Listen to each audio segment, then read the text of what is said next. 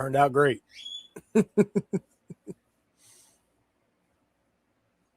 Looks like you guys are muted. Hang on.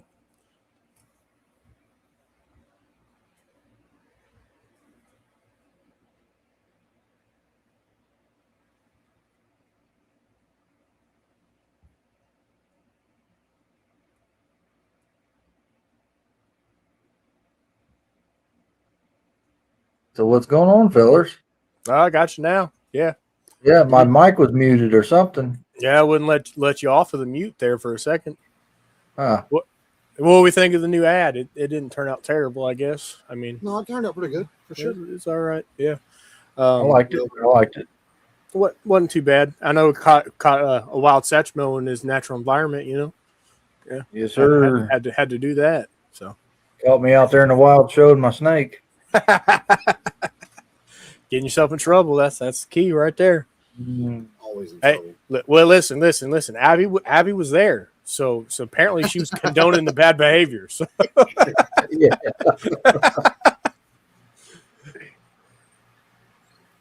So, you got any updates for us, John?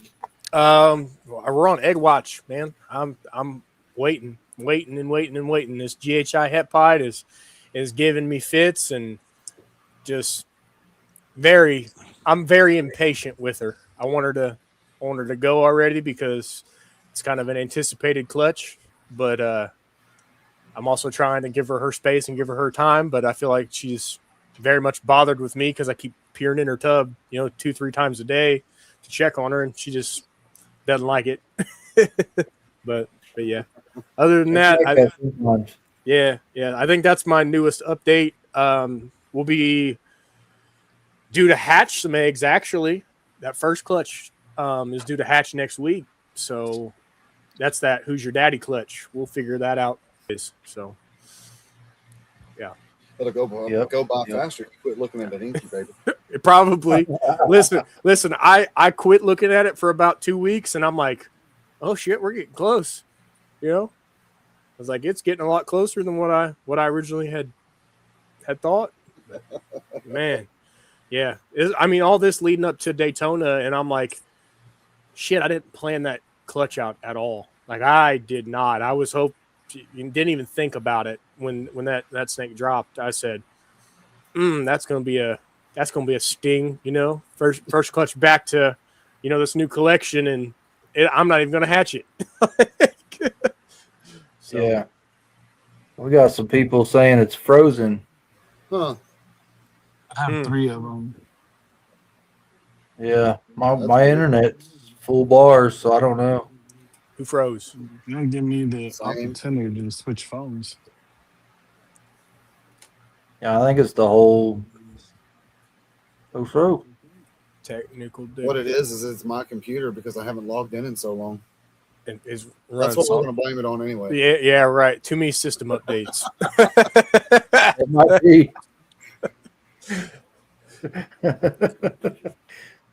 Well, hopefully it'll catch up. Yeah. Oh, it should here before too long. Yeah. Let me sign on to. I would say go in and start. Don't forget, like, comment, share. Get this out. Let's get this open panel rocking and rolling. More people we have. Yeah, better the conversation. Go to the breeding grounds. Yeah.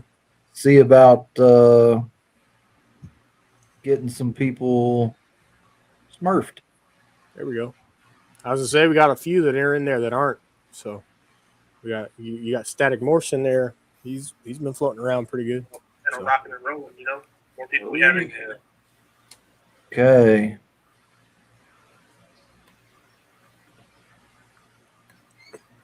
So OnlyFans clutter, he says. No, that we don't put that smut on the PC. You save that for the wireless devices. No, kidding. Only kidding. Well, Garrett, I'll flip it up to you. We'll go kind of work our way around. New updates your way. Well, me and Mike had our first 33rd clutch. It waiting on it, impatiently waiting on that one. Yes, sir. Let's see. up to 20 clutches so far this year. Got about 16 more females to go, which last year I only did 5 clutches, so pretty excited about that one. Probably my most anticipated clutch is the Twister Het Puzzle clutch. Pretty excited about that one. Yeah, me too. I can't wait to see them critters crawl out. Yeah. You and me both, dude. You and me both. It's going to be interesting to say the least.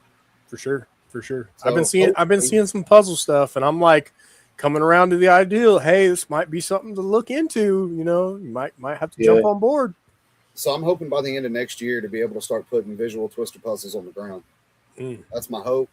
If it goes that way, cool. If it doesn't, hey, look, there's always next year. But right, I made the building blocks, so for sure, we'll see where it goes. Right? Yeah, 100%, 100%. So, Cryptic 8-ball that didn't make it.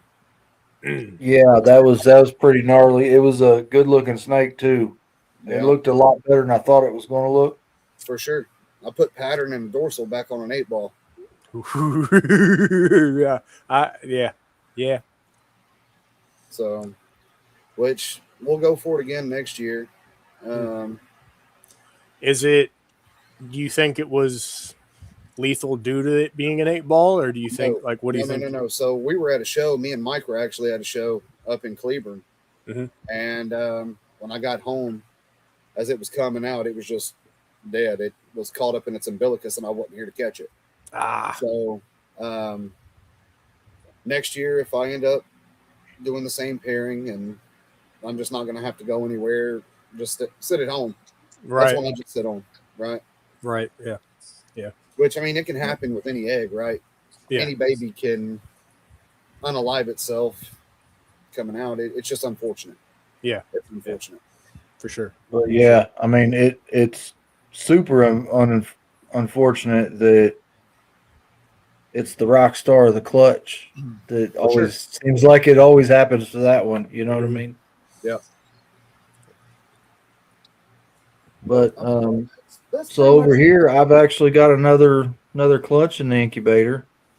Yeah, it's a Orange Ghost GHI that I bred to a pied het Orange Ghost. Making some building block GHI pied stuff, GHI Ghost pied stuff. That's gonna look good, especially with Orange Ghost on it. That'll look good. Yeah.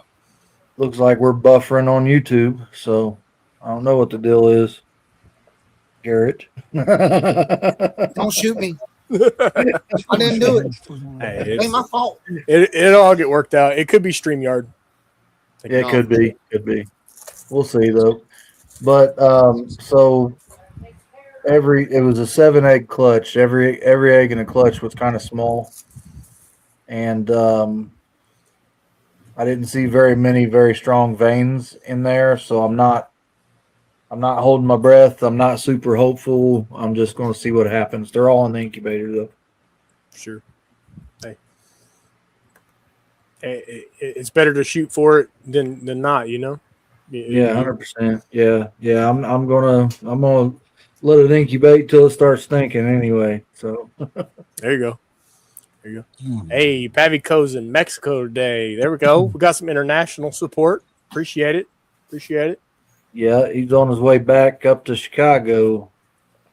Awesome. Went down there to hang out with some family and hang out on the beach and enjoy himself. Take a little vacation, right? Yeah. That's what's up. He said he was missing the snakes and the plants. Got to get back to his element, right? There we go. Yeah. So what you got going on, Mike? You got any updates you want to share? Shoo, where do I start? Every day's wild in your neck of the woods. I had 49 babies in July. Should hatch 40 more this month. Yeah, it's a bunch, man. Yeah, I saw you loaded up your morph market there with some more stuff. Yeah, I've got that thing loaded up. Sold 14 yesterday, so good day. There you go. There you go. That is a good Not day. bad. Not bad for a Sunday. Yeah. And it turns out all you gotta do is post them, man. You don't know. They'll sell. You don't always Oh. have to be at the shows, right? But it does. I didn't sell 14 at the show.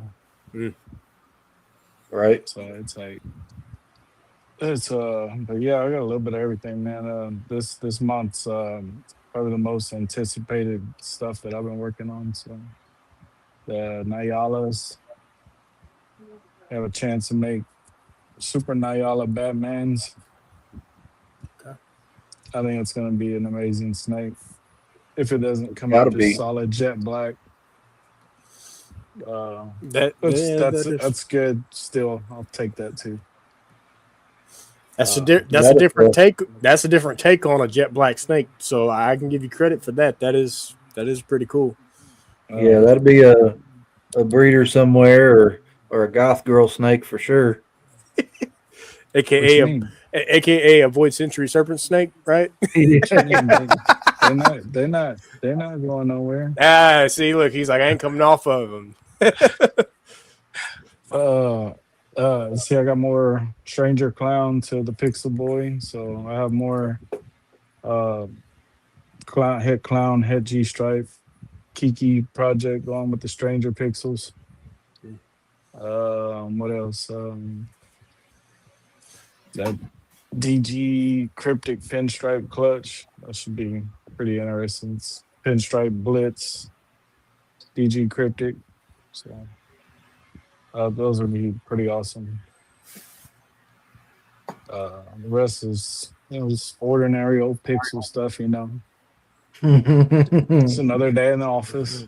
I'm gonna rock it. These are a bunch of pairings that I've been working on for over a year, and it's like, finally that come around and dropped eggs, and or I just paired them a long time ago and let them go and let them build up, and they just dropped eggs, and I'm telling you, everything's been going good over here.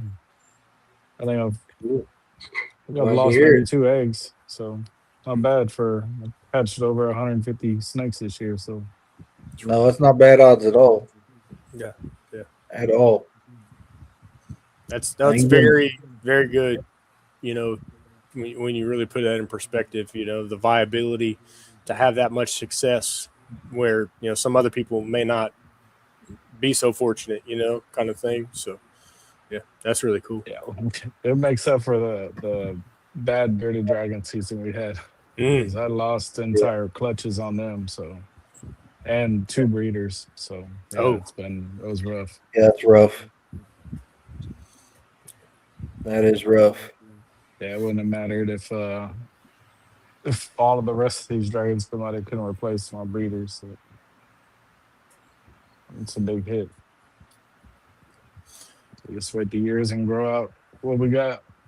Right. I got babies everywhere, man. My whole house is just Like Peter Cypress YB to it's everywhere. Orange. I'm assuming you meant Orange Ghost. Orange, green, black, pastel pie. Okay. I'm gonna give in and make some pies. I tried. I got several cooking. Same. Yeah, I got more pods than probably what I should. I probably need to get heavier into some other recessives, but Yeah. We fixed I need to named it King of bust Size. out the pictures of the photo box and get them pied hatchlings listed is what I need to do. yeah. We're about ready to drag in another hatchling rack and get it all lined up because after the 22nd of this month, I'm gonna start getting covered up. If I don't have that rack in here anyway. Running out of space. Gary reminded me that I had one on Morph Market for the last year and a half, 2 years, and I was like, I went and pulled it down, cleaned it up, set it up. 16 more tubs. Come on. There you go. Yeah. There you go. Yeah. That beats trying to build another vision rack. So Yeah. And I'm really digging these Vivarium electronics racks and stuff, man. They just work. They're very versatile as far as your grow outs and hatchlings go. Yeah. Some of your smaller breeder males can fit in there. Talking about the 23s. Yeah, the 23s. I mean, it's not for a big snake by no means. Sammy said he'll take some more pieds. I love pieds. Hey, listen, I get it, Sammy. We get it. We know that that's if you had a choice, your whole collection would consist of pieds. Yeah. Well, I got 6 female hatchlings now. There you go. No, I'm seriously thinking and here's what the deciding factor was. I brought a couple juveniles with me to the show, and I rearranged my display case, so that left one hatchling at here. And I'm like, I'll just keep that female. So I think I'm going to keep that one female that I was back and forth on. Okay.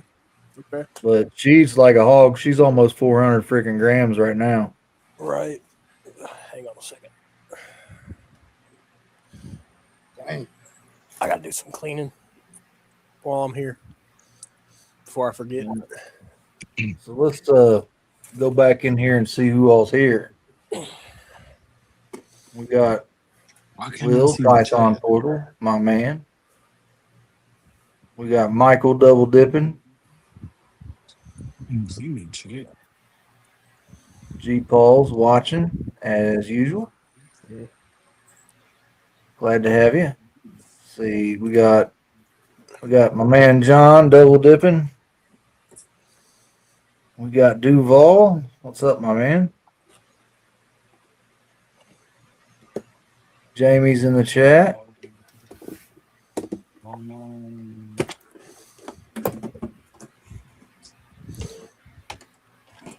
Got Vision Quest Reptiles. How you doing? Mr. Dan. My man Static Morphs before he got smurfed. Looks like my daughter's in the house too.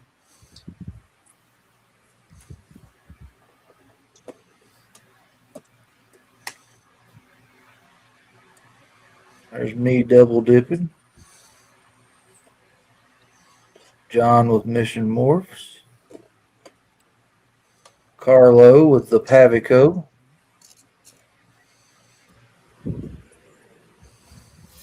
My man Sammy the Bull. King of Pieds. I'm going to have to get him smurfed here in just a second. We got G-Maw in the house.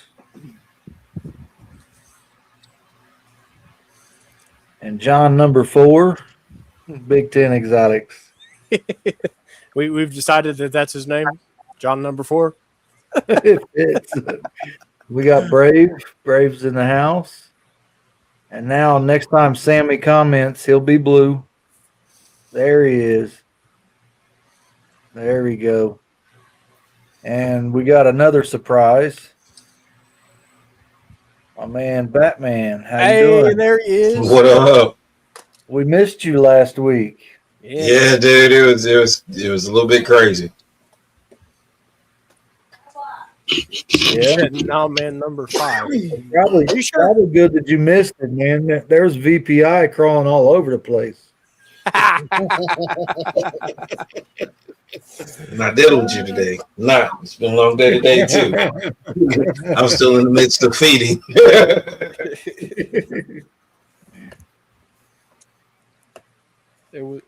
Overall.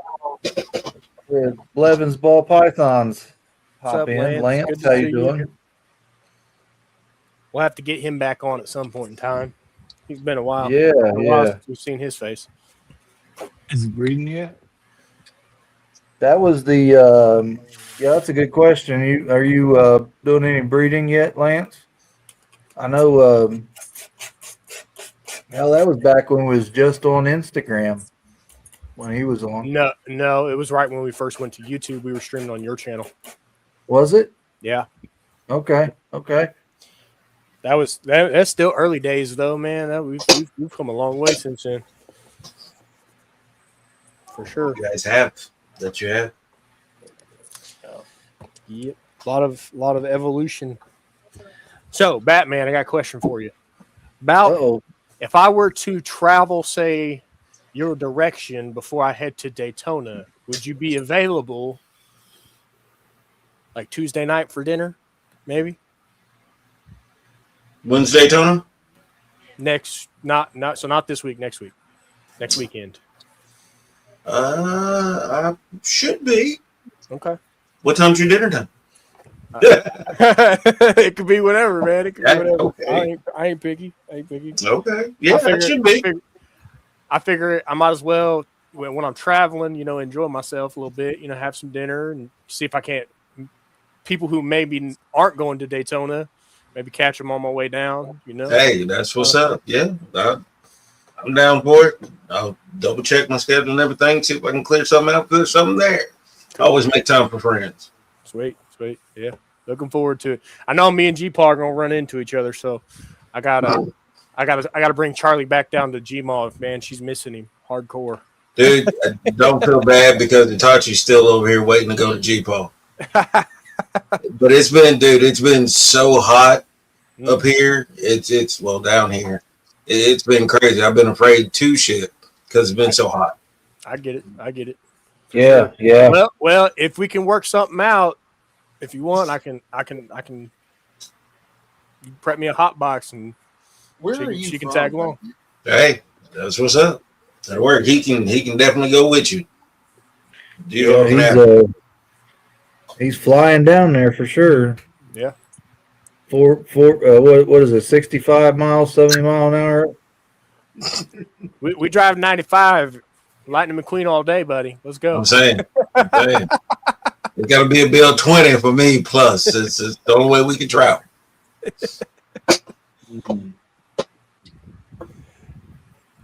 Yeah. My rat hookup. They were at Sear, so they pushed feedings back a day. So I had to go after work and pick up my feeders to feed everybody. Yeah. So, Yeah. You'll have that sometime. well, Garrett asked you a question though, Batman. He said, "Where What are you up? from?" He said, "Where are you from?" Murfreesboro, Tennessee. Right at about 35 minutes from Nashville. Bubba, if it's hot up there, I can guarantee you don't want to come down here. Listen, That's why I stay at home. we've been blessed with some pretty decent weather, minus the 3.5 inches of rain that we had the other day. Like it literally like dumped the ocean on the ground. It seemed like it was I would nuts. take that right now. Like the last 2 days in Tennessee ain't been bad, but me, I'm a little bit heat strained because our plant deals with steam, so it's like 165 on the stuff I'm working on. So I walk outside, it's like a breath of fresh air, but then I get home and I'm like, dude, it's still hot. Like, I don't Yeah, want to do I do on-stream leak repair, so I go and fix active steam leaks and shit like that. Well, Come on to Tennessee, you can fix all mine. I'll pay you. Because, I don't want to. But Yeah. It's been real nice. Nice the last couple days. It's been below 80. Oh yeah. Yeah. This morning, it was like I don't even get 79, 80 80. here. Cloud cover, dude. Walk outside, it felt great. hell, that's Had a what- nice breeze and everything. Mm. Then all of a sudden, about the time I get off, the sun come out and it start getting hot, and I'm like, oh my god. Mm-mm. Yeah, it was like 7. I woke up, it's like 72 degrees. I'm like, oh, Mhm. this is great. I like this. Like, we keep that temperature all the time. We'd be great. I'm telling you. So Yeah. John didn't mention he gets up late. I got up, it was 67. Yeah. Listen. let's Some say, of us work later in the day and still go to bed early. Because, man, I don't know how you do it. Carl. When we're up late, rocking and rolling until 2:30 in the morning. You got to be up at 4:30, man. He think he's still young, is how he still do it. I listen. I go make that money. Listen, even being the young guy in the group, that hurts, man. If I stay up past a certain time, I'm hurting by the time I wake up. Yeah. We got Big Worm in the house. What up, Worm? Long time no see. Yeah. Yeah, so we got a picture sent to us the other day. He was at Sear repping the Breeding Grounds T-shirt. That was pretty cool. That's what's up. We appreciate it. Yeah. There has been updates made to the Breeding Grounds sponsor shirt. We did acquire a couple of new sponsors. So Yep. So we got all that logo up and reorganized, and I did fix the link for my Printify. So up on the YouTube, you can click on that. It'll go straight to it now. Yep.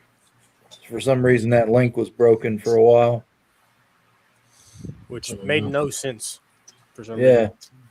reason. Yeah. Hopefully hearing about what they got 5-6 days left. I'll be cutting a clutch. Hopefully. Yeah. We got one coming on 22nd. Yeah, me and you. I'm cutting my first clutch in about 6 days, but me and you still got one due on the same day. Yeah. And then I got one due the 28th. Uh-oh. And then 18th of next month, I think. I'll have to look here real quick. Yeah, the 18th of next month, and then what I say that one was 29th? No, next month. Don't we just put in there? Oh, and I'm pretty sure I just had a relay shed, actually. That's not right, Abby. Hot box on this side. I can find easy girl. Lost my stuff. Give me a second. Give me a second. Smells like rats in there. Yeah, Exactly. 29th. Going crazy. She's waking up. Yeah, I had some extra rats today. We put some to sleep and ran out of room in the freezer, so I had to feed some off. There you go. There's always room in this freezer over here. Just let me know. Yeah. Well, I have a little bit of room in the 20 cubic foot freezer out in the garage. I just didn't feel like walking out there. I gotcha. I was out there working earlier today, man, sweating up a storm. My fat was crying. It was dripping alligator tears.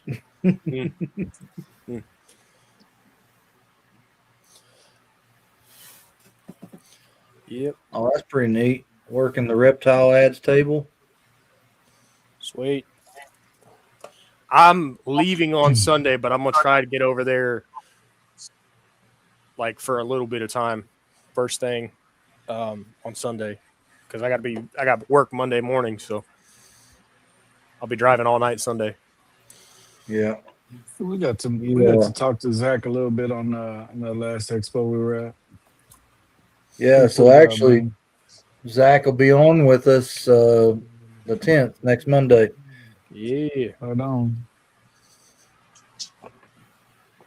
Okay. What do you want? Edit mic setting. But yeah. So we're excited. We got this expo coming up this weekend.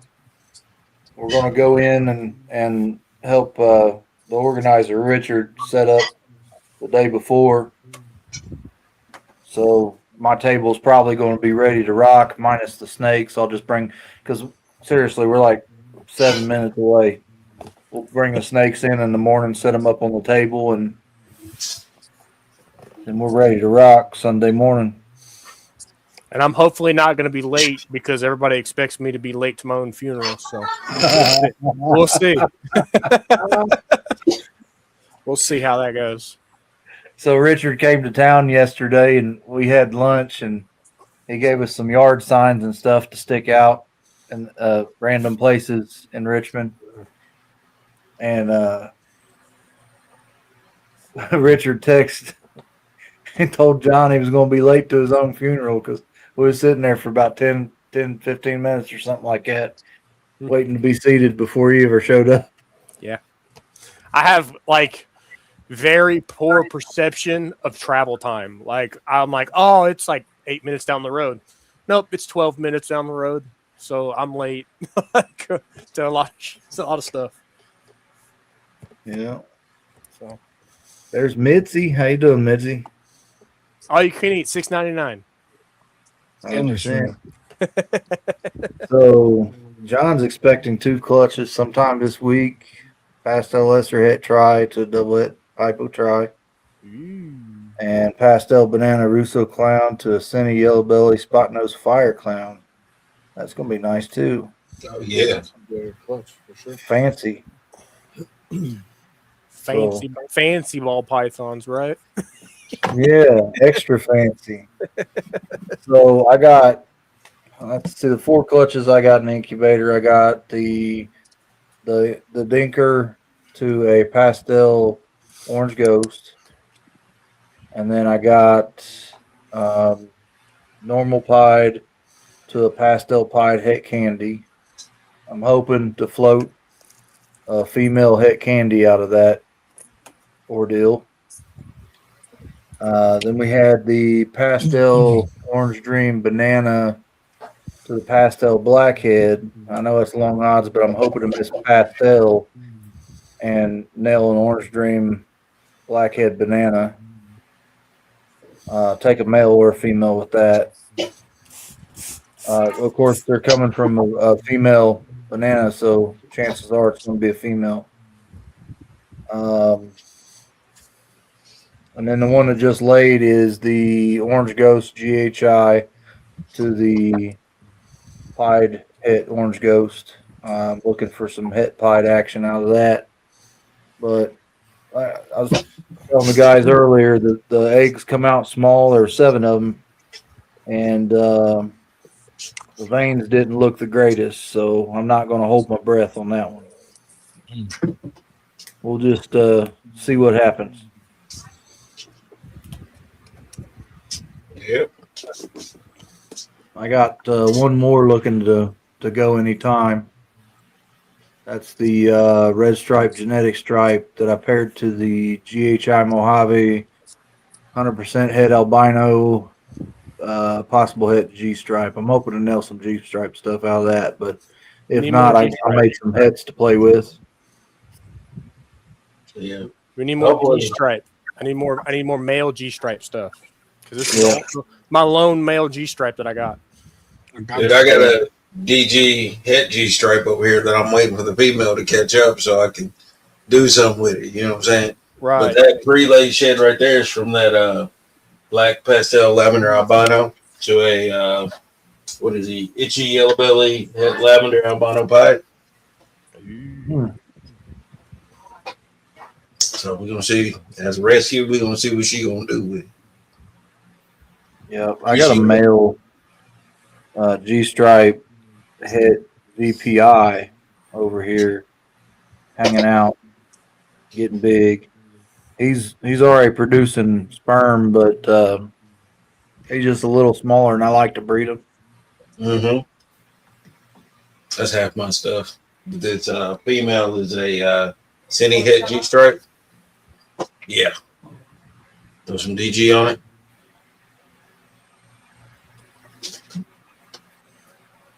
I got a Cine het G stripe female right here too. I think the chocolate black pastel with the hits for DG.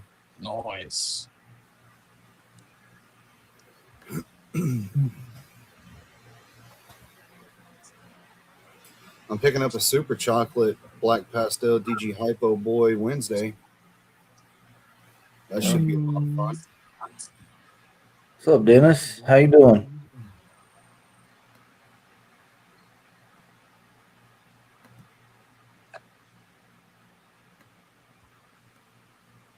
Sweet. Yeah, they might have some G-stripe stuff at Daytona. Wink, wink, John. Listen, I am taking a little bit of snake money. just a smidge, Just a little bit, huh? just a little bit. Got to What's be the the limit? just got to be the right snake. You know, the right deal, right snake. I'm just hoping that nobody's like, "Hey, here, you want this snake? I'll give it to you," and I'm like, "No, Mhm. no." There you go, John. What we got? You stripe and clown.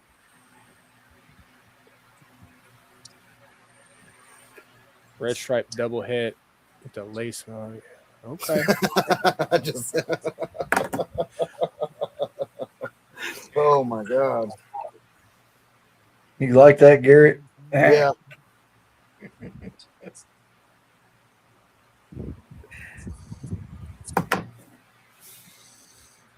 So looks like Batman ran off to the Bat Cave or something.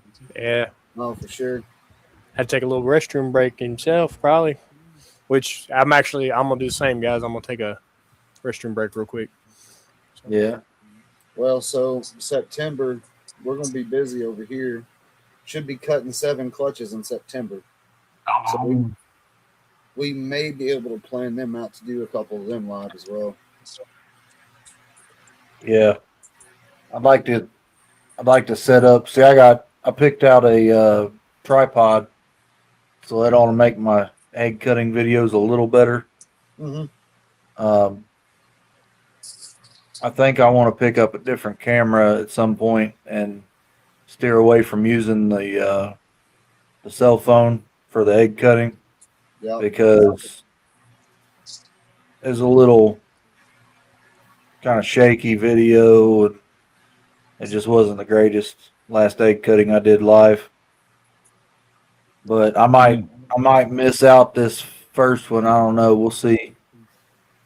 But I'm looking for a relatively budget friendly but still pretty nice camera. Something that doesn't have this auto zoom stuff that I got. Right. Yeah.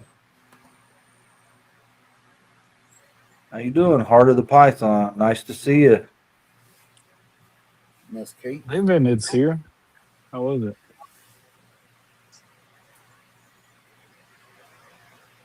What'd you say, Mike? I said they invented here. I was asking how was it for them. Oh, yeah, they were at Sear.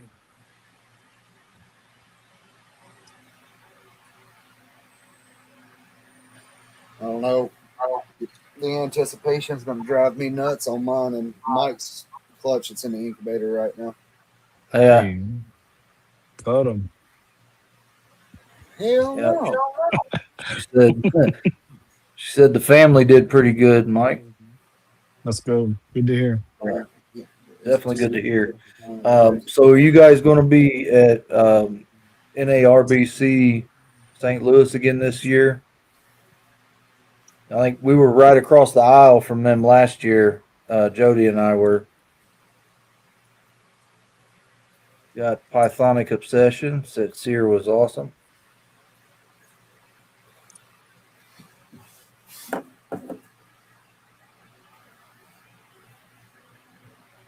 Yeah.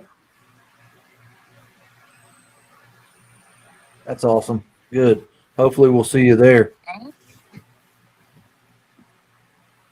Yeah, the wife and I, well, Jody did too, but we all had fun down there last year.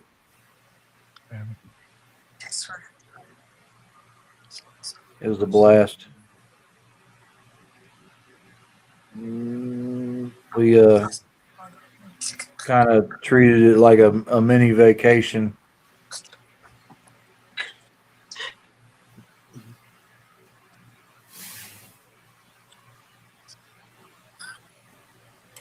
All righty, we're back. Yeah, John's back. Yep, back again. Guess who's back? Johnny's back. I'm sorry, y'all. I have to keep going back and forth, but I'm trying to label stuff, and I'm not the greatest. We already know you can't sit still. You got to keep moving or you'll fall asleep. That's facts, 100%. Right here, right now. If I sit here and just concentrate on the screen, out of there. Yeah. That's that blue collar lifestyle right there, tearing you Yeah. up. You just gotta sleep when you can. Hmm. Usually, I try to do most of that at work while I'm getting paid. Yeah. Exactly. Oh, Kate missed out on going to see her. So she got Oh, that's FOMO. why she said the family had a good time because she didn't go. Oh, that sucks.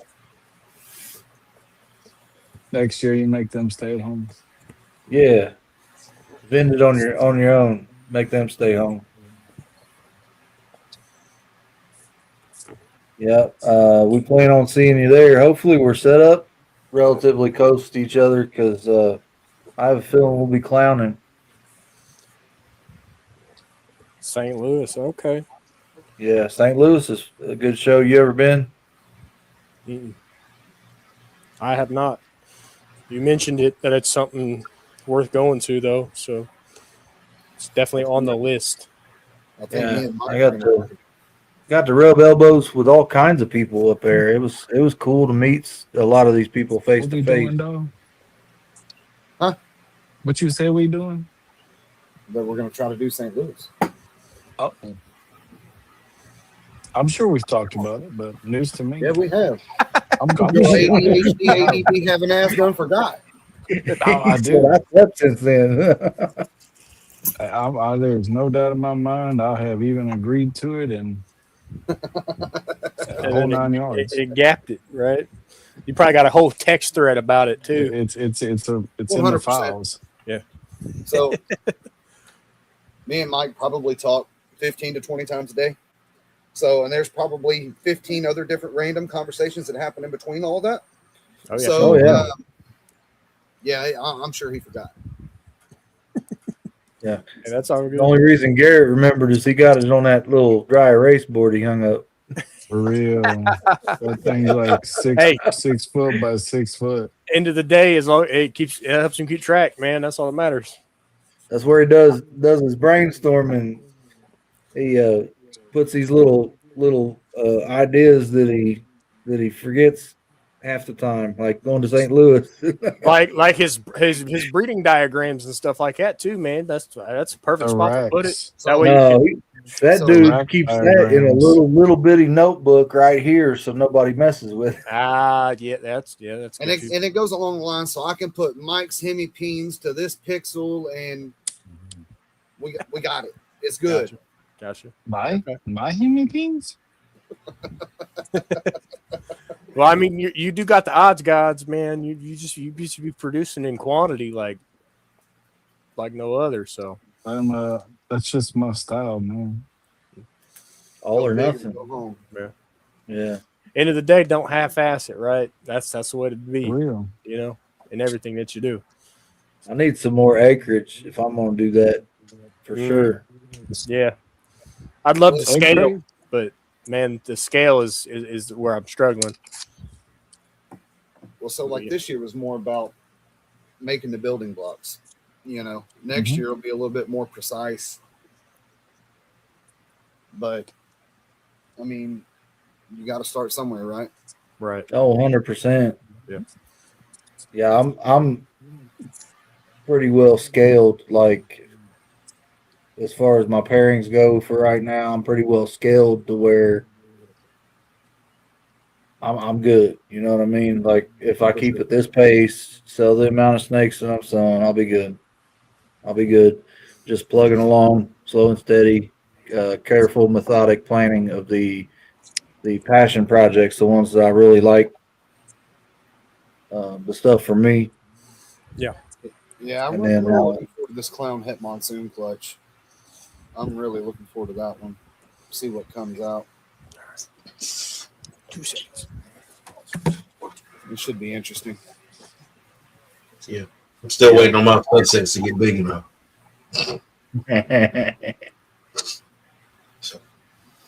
Puzzles are growing good though. Puzzles are definitely growing good, but they feisty. All Yeah. of them. Even the heads. They're just feisty. And I Go ahead. not that I lose track or anything, but I don't weigh my snakes very much. Like, I just don't. Like, the breeders, I'll weigh them at the beginning of the season. I'll watch their body, make sure they're not, they're steadily gaining. They're not losing anything. They're doing what they're supposed to do. But as far as the hatchlings and the grow outs, subadults, juveniles and stuff, I don't weigh them that often. I think I'm every 3 months. So I don't even do that, man. As long as they're eating, I'm not worried about them. I get them out. I let them get some exercise. I got this little pop-up tent. I'll throw some stuff in there for them to crawl on. I'll do that, rotate them in and out, and then I'll feed them and clean their enclosure and make sure they got fresh water. And other than that, it's just, when they're hungry, they're eating. For sure. that's it. But I got some subadult. Well, they were juveniles before, and I was talking to somebody the other day. I was like, "Yeah, this snake is probably, I don't know, 500 grams, whatever, probably by now." And I go over and look at them, and I'm like, "No, they're bigger than that." Bust them out, put them on the scales. They're 760 something grams. I'm like, golly. So, Big back snakes. yeah, they like to eat around here, especially them girls, man. Well, I had somebody get short with me not long ago. So when I hatch a baby out, I'll write their hatch weight. Then a couple months down the road, if I decide to post it and sell it, whatever, then I'll put their current weight on there. So if I have a hatchling that hatches out at 65, 70 grams, and then I post it, and it's 250 to 300 grams, and you turn around and ask, well, do you have a consistent weight, breakdown of each month? No. No. Okay, well, we'll just take it from here. Okay. I mean, I'm sorry. Like, if they're eating, they're thriving. I just don't see a point in it, really. I don't. No, I'll snag a weight when I'm updating, or if I got one I'm concerned about, I'll put it on the scale a couple times. You know what I mean? But Yeah. if they're gaining, like before I take them to a show, I verify their weights. Yeah, oh, absolutely. And when I first started, everybody had their own little book, and I was writing down every single little thing. I was weighing them super often, and every poop or urate or shed or anything was wrote down in this book, right? And once you get to X amount of snakes, there's no doing that. Oh, for sure. Out the It's window. just- What, Yeah, I'm it's doing right hard. here, what I'm doing right here is I made these little cards. So I'll put them on index cards. That is a feeding chart thing. Yeah, And yeah. it's got like five squares for the 5 weeks. The months have it, the months on the side. I'm gonna just put a line or two, and if they 1 or 2. That way, at least at a minimum, keeps up with the feeding.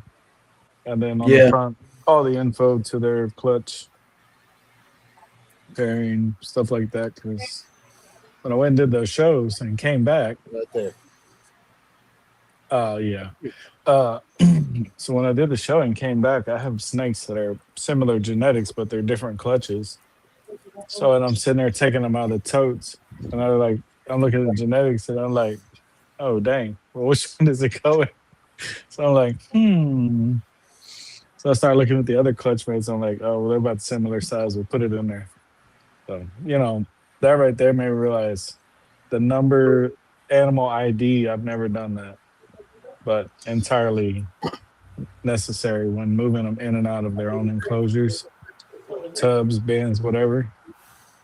Yeah, I keep up with Especially them. They last 8, and my breeder girls' weights just in sheds, just because I'm trying to stay in time and don't miss a clutch or whatever else. But other than that, my young ones, hey, you eating, you good. So Yep. Yeah.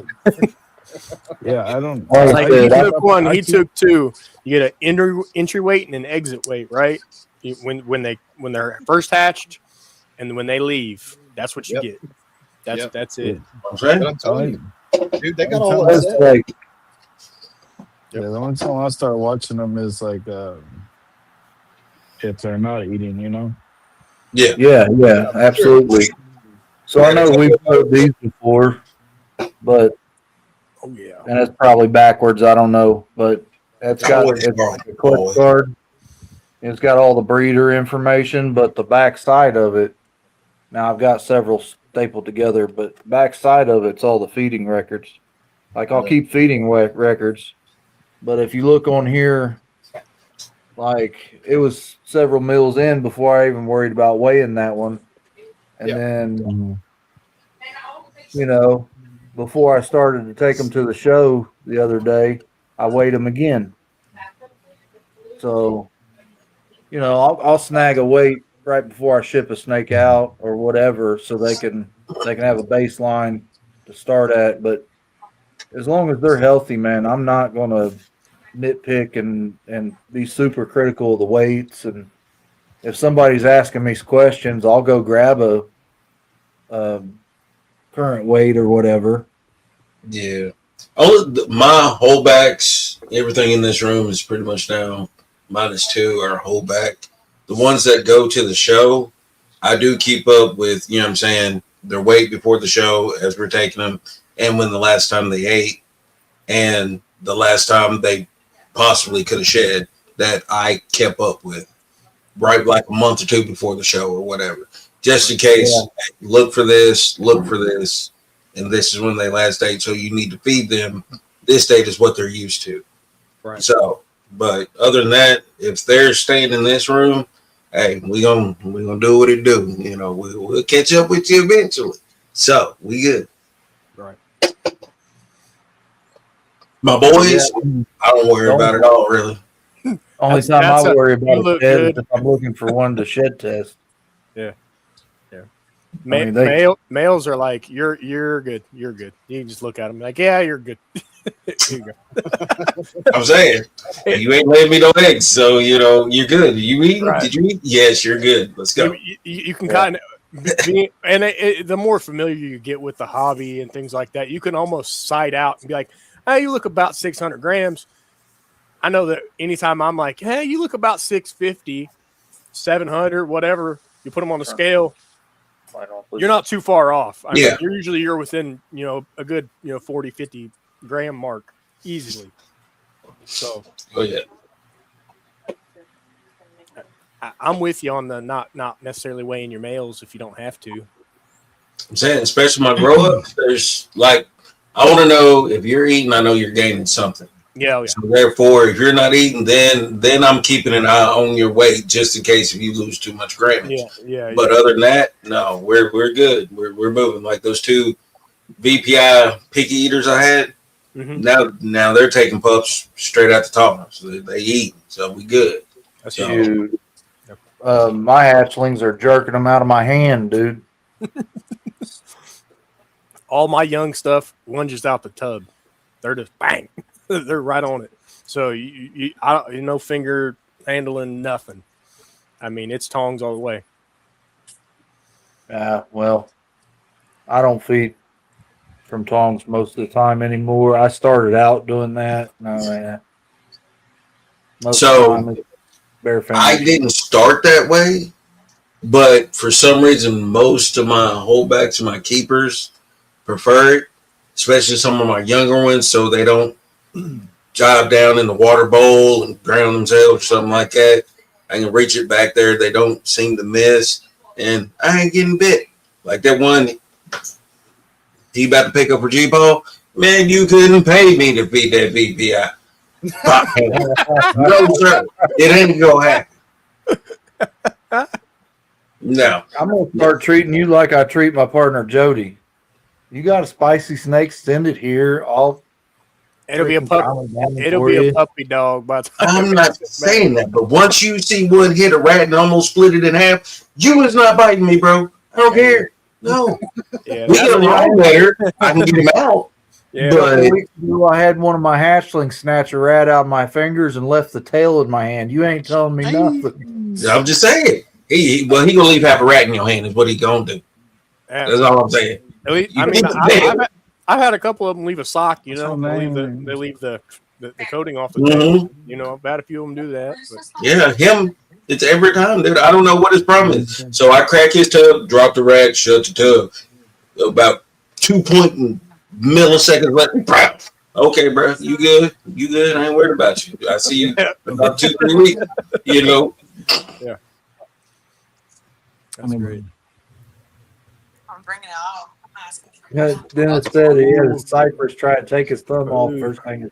See, that's See, one thing I learned a long time ago. You don't grab the tub like this. I've learned from that mistake too. There's reasons. Yeah, see, look, Itty there's bitty. reasons Itty why bitty. you got snake hook. Why you got a reminder to say, hey, put your fingers underneath the tub before you pull it out. Yep. But see, Dennis has a uncontrollable, tendency to just let snakes bite him willingly. So I don't know how much of that was like him not putting his thumb in the right spot, or if he was pulled the tub out and like reached in the tub, because he just be letting his snakes bite him sometimes. Nope. My snakes know what feeding day is. It's I know it ain't no grabbing it by hand. I know you coming out. It's fine. Come on, get your rat. Let go. Right. Yeah. It's a pastel pied, now proven breeder. He come straight up out of his tub one day and bit me in the palm of the hand. Like mouth all the way open. I thought it was a retic coming out of there with the way it was open. You know what I mean? You seen them big retics. Yeah. That butter huffing right there. She chill. You can pick her up or whatever. All of a sudden, long tongue flicks everything. All of a sudden, she'll just. If you don't let go of me, like you weird little snake, like there's no rhyme or reason for you to do it. You just biting just to be biting. It is what it is. So, but she's so pretty. She all right. She all right for now. But that next clutch I got it said who's first? Oh yeah, that's the 10th. That's at Hypo Huffman Disco. Okay. So, we're gonna see what it do. Ain't a bad little combo. I'm just saying it ain't my combo, but it was the combo. It's in this room, so I'm excited. It's been a while. It's what I get for starting my pairings late. It's all good. I'm running late season on a lot of stuff too. It's okay. Like I said, I'm on egg watch right now, so we'll just wait and see. I think these guys down here, in between us and down here, are always on egg watch. That's all they do. Mm-hmm. There's some eggs. Hey, there's some eggs. Hey, there's some eggs. Like I have some. What are they? I don't even know. It's pixel stuff for sure. I think it's black pastel, yellow belly pixels, fixing the hatch. see, I'm growing rather fond of yellow belly lately, especially when you pair it into some dark morph stuff. Did y'all see the spot nose yellow belly stuff? The pixel stuff? That was amazing. 14 eggs, 10 pixels. Dang. I That's got insane. good on that one. Yeah, that's really good Truly odds. insane. Oh man. Very, very dominating gene in that pairing. I'd be running that back. Sometimes. No, I got other plans with that. I was gonna, move out from all the old breeders, but that one there, definitely gonna have some other plans for it. Probably super banana of some sort into it yearly. Super banana. Just super banana. Yeah, super banana means it's male and female maker. Well, it's gonna produce. It means he's actually got a 100% sexy bananas. And she lays huge clutches, which is solid. Good table snakes. That was some of my research development at those other shows. Has it arms? Yeah, I'll touch you. depending on what you like, what show you're going to, it definitely skews like what you're taking, right? In your guys' opinion, do you feel like if you're going to like a more like a larger show, it's like a Daytona, like a Sear, like a NARBC show or something like that, do you feel like you take some more like mid to high range stuff? Those shows, yeah, absolutely. Absolutely Any not. normal show, then you Turn just it back. need regular snakes Gotcha. because you're gonna See, sell more from the 1 to 200 Ant, range than Ant Lady the about to 1 to tear you up, 2,000. Batman. right, right. See, that's. I was kind of agreeing with you. I agree with you on that. Like, I'd much rather move 10 $100 snakes than to sell. Yeah, I can make $1,000 off of one, but it's got to be that one person that buys that $1,000 snake from me. If I sell 10 $100 snakes, I still make the same amount of money. So, I don't know. I don't know if that's like a fair, logical place to look at it, or Oh, absolutely. Yeah, it makes sense because we see it firsthand. We see it everywhere. You go to these small shows. Unfortunately, everything in Houston's a small show compared to most, except Reptilian Nation. Okay. Yeah. So That Mission one there, Morton. you can bring something. Yeah. Well, me and Garrett are fighting over the controls. I'm not used to. Yeah, we finally got our back end support, man. He's in here. He's doing his job like he normally does, man. Been missing it because I'm gonna keep on and go smack my hand. yeah, he's gonna throw you backstage. What's he gonna do? He's gonna get boot him to the I back. don't know what happened. Put me in timeout. But I could see the appeal, and that I think is kind of the big market push to have both ends of the spectrum. You have some more reasonable stuff, you have some more high end stuff, but being somebody that's very low end small collection and stuff like that, I don't necessarily think I'm going to be producing enough quantity to have both ends of the spectrum as much.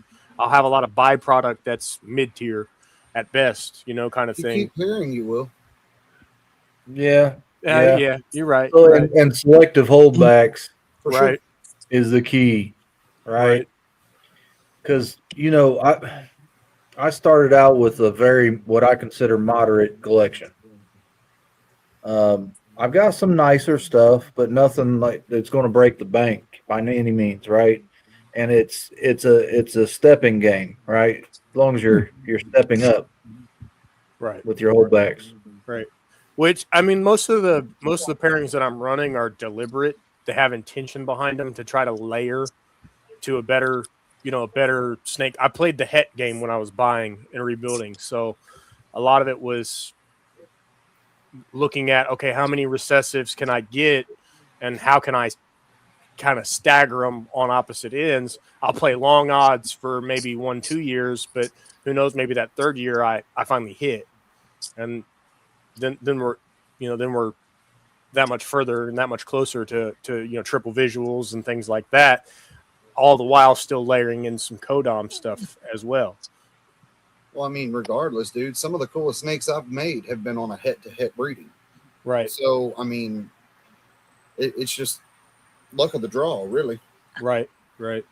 Yeah, I honestly, I'm okay with playing the long odds right now. I think it's perfect for me, because of the genetics that I want to touch, and a lot of other people have them, and they're available. But I want to see what I can produce out of that egg. I want to see what comes out. More than anything, I'm like, I want, if I put my stamp on it and say, hey, that came from here, that stays here, kind of thing. Yeah. It reassures you almost. You've always got the gamble too of some mystery recessive popping up. You know what I mean? And I'm not saying it's going to happen every time, Right. but just ask Dennis about that happening. He produced a set of triple heads that ended up being quad heads. Yeah. Right. Gotcha. Yeah. He produced visuals of something he had no idea that it was even in the lineage. Right. Right. So you'll have that because some people don't list possible hets or hets for some things when you bring it in. So you're thinking you're working with XYZ and het of AB, but really there's a C hanging in there. Right. If you're buying things in a 1.3 group or 1.2 group or something like that for a project that you're going to split up and work a couple different ways and maybe even pair those together at some point, you never know what's going to pop up without shed testing everything. And Gotcha. even then, that's kind of a crutch, right? Right. That's not guaranteed, but it Yeah. it does help narrow the field a little bit. Yeah, I was gonna say just a way to narrow down and be able to maybe do a little bit more of helping yourself identify and isolate in a way, you know, of what hets you, what you might have in there that you want to like get away from and things like that. Like, and everybody can give me hate to like clown in my collection. I don't have a lot of it, and I don't necessarily want to work it right now, but it'll get there. But it's longer, way down the line when I want to start bringing it in. I want to. He said that's the seasoning on the top. Yeah, right. Yeah, put the little extra sauce on it, you know, because there's a market for clown. There really is. I know there is. So it's just and there. I mean, honestly, you know, I hear back and forth. This is a conversation I was in earlier today, actually. You hear people say, "Oh, well, clown's dead. I'm tired of seeing clown." Blah blah blah. Well, the thing of it is, clown is not dead. There's still a whole lot of work to be done with clown. My only problem is there's a lot of people working it, right? Mm-hmm. So I'm going to keep my clown to, and this is just a personal decision. No shade towards anybody else. I'm going to keep my clown to something that I specifically want to see. And I'm going to venture out into some other things that I don't see people working a lot of. You know, like that's the reason I picked up that web gene. Nobody's working it. Nobody's talking about it. It's there. I'm going to figure it out. Right. You know, we got the Dinker gene. I'm hoping it goes well. I firmly believe it will. You know what I mean? But let's be honest. Everybody that thinks they have a Dinker or a new gene thinks that, right? You know, it's a hopeful thing. Yeah. You know what I mean? It's just like your first handful of clutch or a clutch you're really, really excited about. You're going to think something's there as soon as it comes out of the egg, whether it's there or not, for a minute, right? Mm-hmm. You're going to at least have that doubt in your mind. Hey, is that there? It's there. I think it's there. And then after it sheds, you're going to be like, well, shit, you know? Right. People hype themselves up, you know? So I understand it. I get it. I'm not saying they're wrong 100% of the time either. Sometimes it really is there, you know? Yeah. But my biggest thing was trying to find stuff that's easy to identify, you know? Yeah. Visually, you can see it like, yeah, that's what that is, you know, and making yourself familiar with what you have in your collection, right? Like all the hets you have in your collection, all the visuals, you know, Kodam stuff that you have in your collection, making yourself as familiar with it as possible. And then knowing what direction you want to take things when you start pairing them, so that everything's deliberate almost. It's kind of when I was doing all this, that's what I was hoping for, was to get more deliberate with direction and not be like, ooh, that's cool, and you know, buy it. And, you know, you not be the common hobbyist that's just, hey, that's a snake, I want a snake, you know, kind of thing. You know, I'd have thousands of them if I did that. But it's not lucrative. It's not feasible by any means. So yeah, well, I mean, the best example of that is that dude right down there. He's put pixel into anything that slithers to see the reaction with every gene that he has. Right. You know, for real. That's a good example. Right. Yeah. Yeah. Which, I mean, it gains him the knowledge of knowing, like, hey, this is how it interacts. So now, moving forward, as I start to layer, you can identify it that much quicker. You know, just right out the egg, you know how to ID it, which is 100%. And that's the point that I was getting ready to touch on as well, is that, you know, like John and I are still learning, and I know everybody here is still learning to a degree, right? But I'm not gonna. It's not some things. Some genes are not going to click until I see it in my hand. Yeah. And then that light bulb is going to be like, all right, now I can pick it out from 10 feet away or whatever. You know what I mean? It's one of them things. I'm a very hands-on learner. And that's one of the reasons I started with two of the most difficult genes for me to identify combinations, and that's pied and banana. Like there's a lot of shit that both of those genes hide or changes. Mm. You know what I mean? Yeah. So I made banana pies. Like I'm diving all in. I'm gonna look at it. I want to put my ID for those genes to the test. And I layered it with one other gene, right? Like I saw what that all gener looked like, and I'm like, yes, okay, I can probably do this. You know, I've studied up enough. It makes sense. I'm visually seeing it. Now we're going to add some more stuff to it. So, I mean, it's all part of the learning process too. Yeah, For sure. banana pies sell, right, for the pet market because they're flashy and they're pied and they got a lot of white, and Yeah. or they got a good fair amount of white, and you know they're good looking snakes. It's hard to beat a banana pie.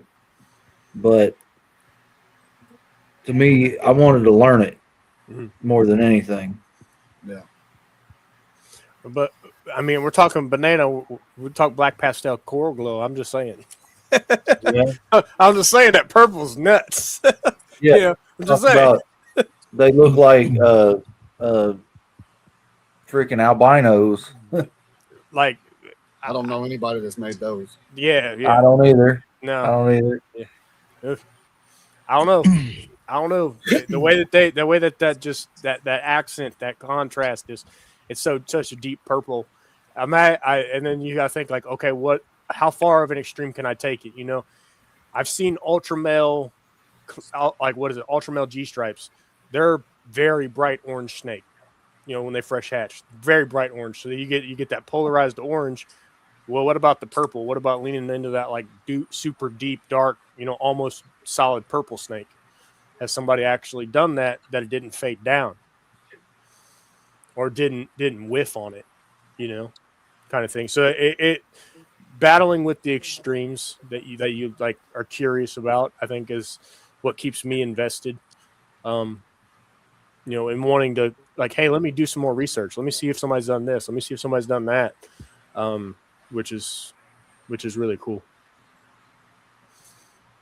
So part of my goal with the Nyalas is to make the dark snake to see if mine will make that black snake, but then also to put that into rainbow, which rainbow turns all the blacks into purples. Okay. So in a sense, if I make that blacked out snake, put it in the rainbow, there's purple rain.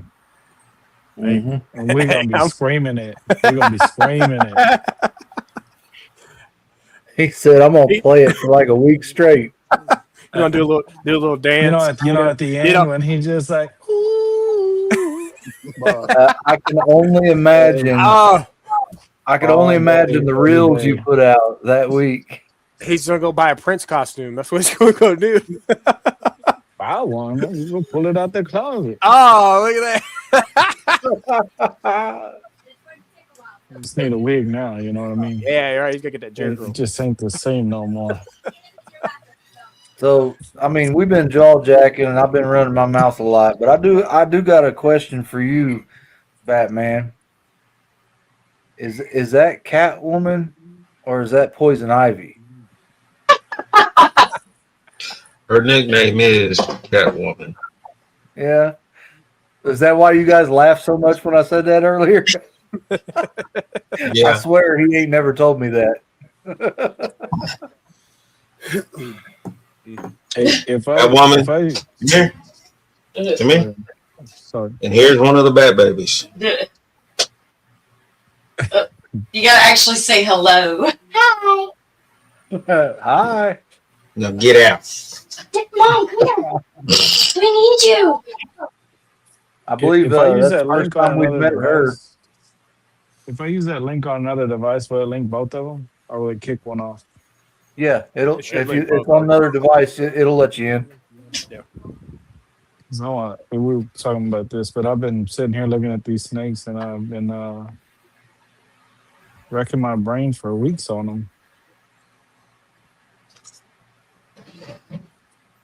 Yeah, show them out. We'll do some snake and tail. We got we got some people in the chat out here with a sharp eye as well. Which He's gonna have to mute one. which camera do you usually use? I usually use the back camera Mhm. because they tend to be a little better. It says dual wide, dual ultra wide, dual back. Dual back.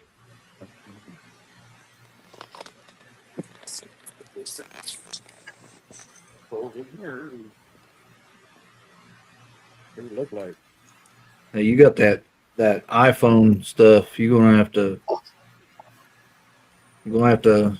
hold that a little different to make it work. What you mean? It don't look right? No, it doesn't go widescreen until you mess with the settings. So So what I need to do with it? so you can either one of two things. There's a setting on there that you can change for your camera, or you can back out and copy the link, post it in your browser, and go in that way. And if you turn your phone, a lot of times it'll go sideways that way. Does it need to be this way? Is that what you're saying? That's You may low. have- It's You may the have- auto rotate setting. Yeah, I was gonna say that there's a rotation lock setting on your like main drag down on an iPhone. Lock. Okay. John said he saved you some time. They're normals. Right? So what are we doing? Is it better or the same? It looks the same. So no good.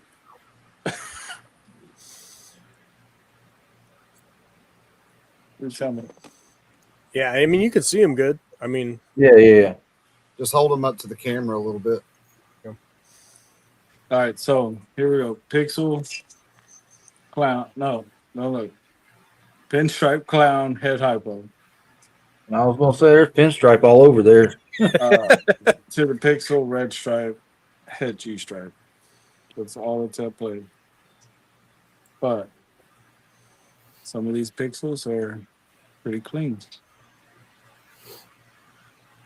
I mean, not pixels, pinstripes. And some of them.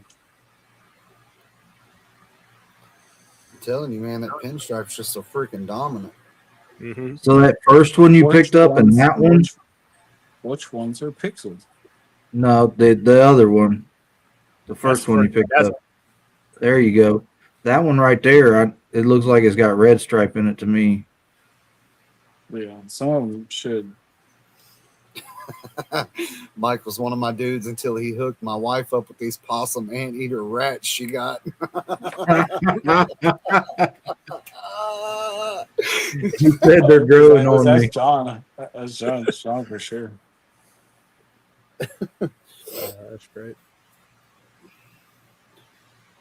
Yeah. That would I'm have just been trying to figure out where the pixel is. Or I just gotta keep everything.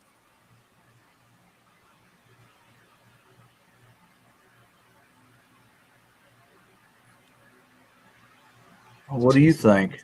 Like, what's your first heart say? I would say this is pixel. I would agree with that. Yeah, it's got deeper. Yeah, maybe those two they got deeper blacks, but Well, that and look at the belly, like how it's got that white flash and then the white So- outline as well. What? Yeah. When the white All of outline right this- there. the Yeah, white comes from the G sharp. Yeah, because it's living. Yeah. The G stripe is het, right? but the outline up on the pattern as well, right? It's like highlighted. Mm-hmm. This is the only one that confuses me. I will never run it again. For real. Yeah, it's like I would say yes. This one.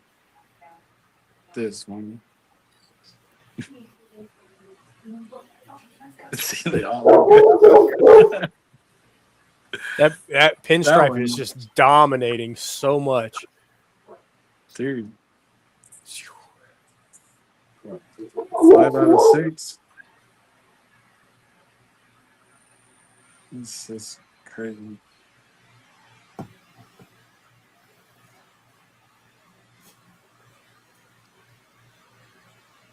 But shoot, even the normal, I was like, I don't know. I say no, but then you see these spots like that.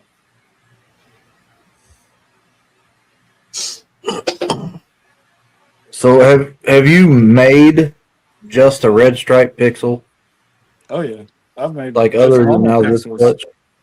I've made lots of just normal pixels, just classic ball. Big try. Right. Well, yeah, they'll all be hedged and shit.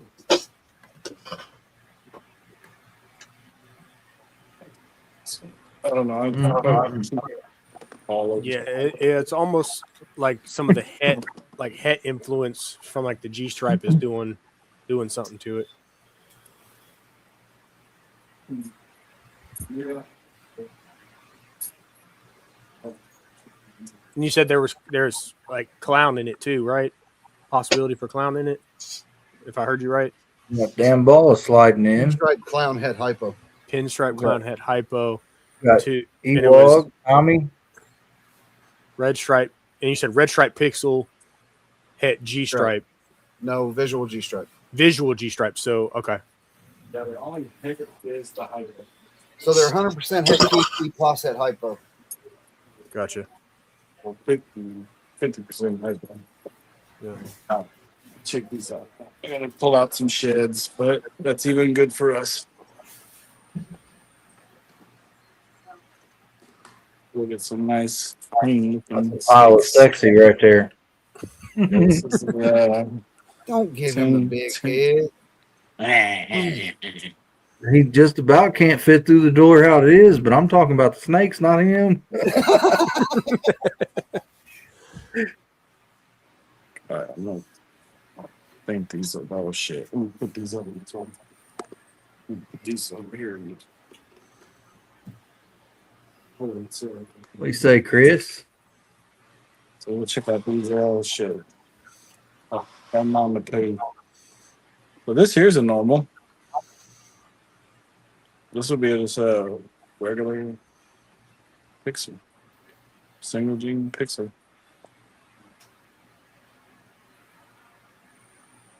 I could see where you were getting pixel vibes off that other one now.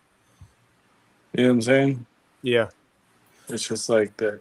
Yeah, Green. you see that? but How it's it's just a lot lighter, but that belly white flash, and Yeah. then you've got the outline that barely kisses the pattern that's white. That's what I was looking at mostly. Hmm.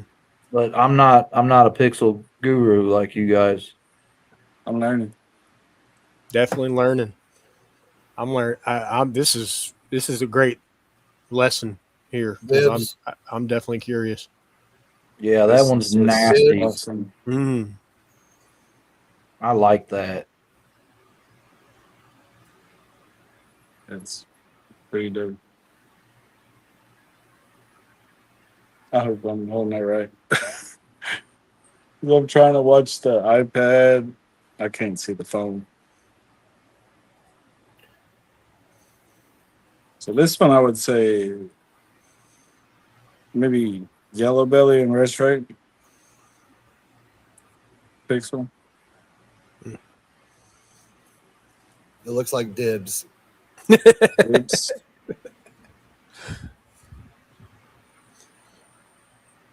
There's another one about the same.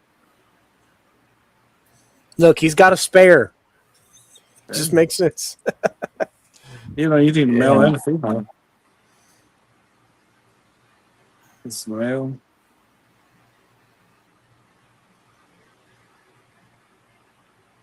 Yeah, male and female. So I gotta know, John, did you go to Texas Tent and Awning and get my size shirts yet? Here we go. Spot nose yellow belly.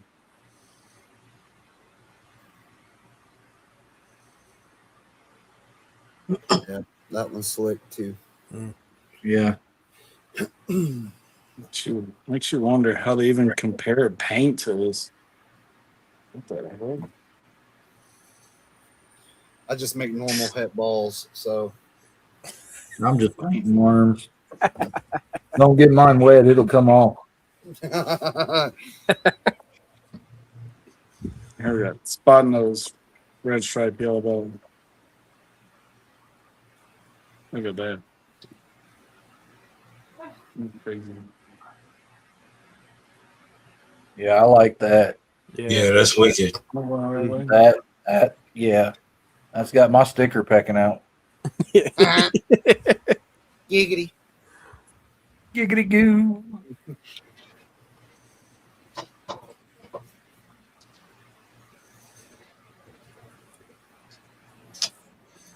Yeah.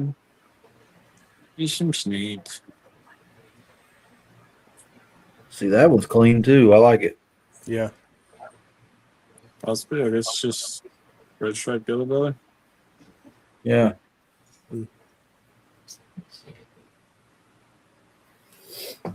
I like red stripe though, man. I really do. It works in so many different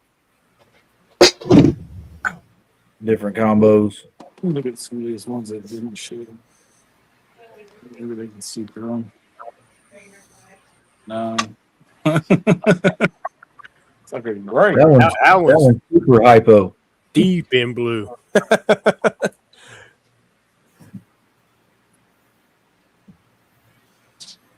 I like them with the spot nose. That's good.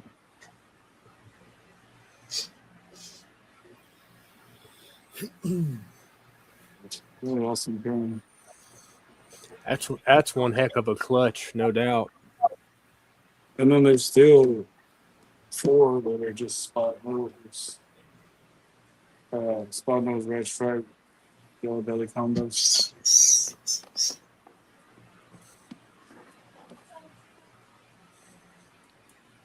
a monster.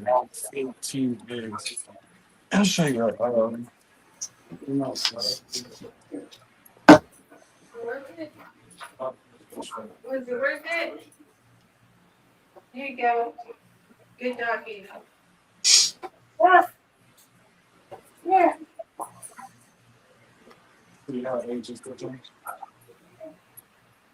Okay, fine. Dennis said, "Paint the world." He wants to see a pixel paint. Yep. I got some paint pairings coming, just so I can put it side by side a super pixel, and just make you want to throw them all away.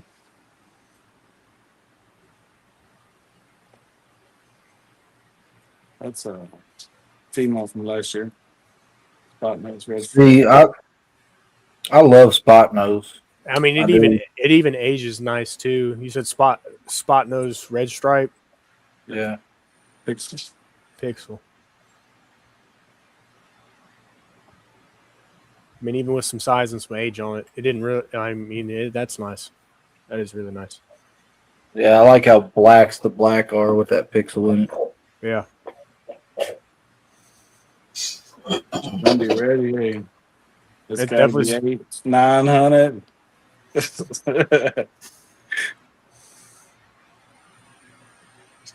In there. Next year, super pixels.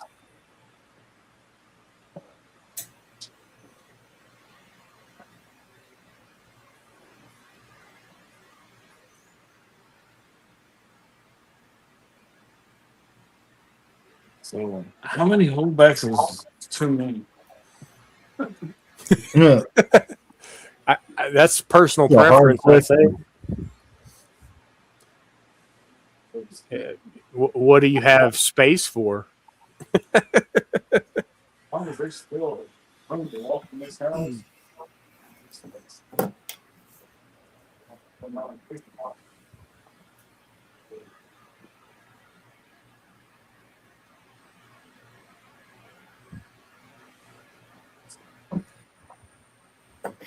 Man, that's just insane. I can't get over that. I gave Garrett one of these to work with. Unfortunately, I gave him the better one. Yeah, By but that one's got accident. skulls on it, man. Look at that. That one's cool. That one's cool. Yeah, that boy's already putting in work. And mine just likes to cuddle. He's a cuddler. He's a tucker. Well, he ought to be slinging it. He's got some pins on his back. See that? He's a Right, yeah, right down the back. Under He's your a sack checker all over back. that sucker. Should have named him Casanova or something. Casanova. Ron Jeremy. Ron Right. Jeremy. Yeah, Ron Jeremy. Johnny Sins. There you go. Right, all day. Got it. Dude, I'm telling you, the funnier name you give them, the better they perform. Hurry up. There's Marcel. How you doing, Marcel? You come in perfect timing for Snakes After Dark. So just in case people that don't know, this is a Pixel Stranger pastel red stripe. It's also head Kiki.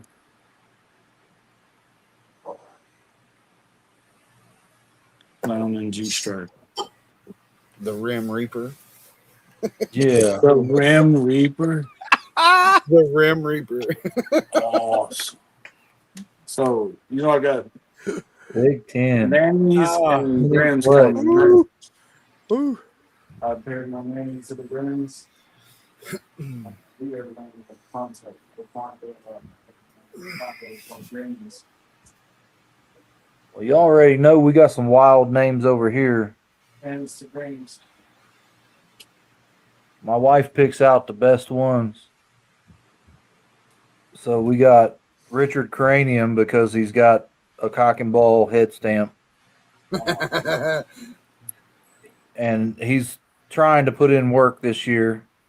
We got Squirt Reynolds, and we named him that because he's got the biggest set of hemipenes I've ever seen on a ball python in my life. We can go back to the other one. And then we got Buster. He's the pastel orange ghost, but his full name is Buster Hyman.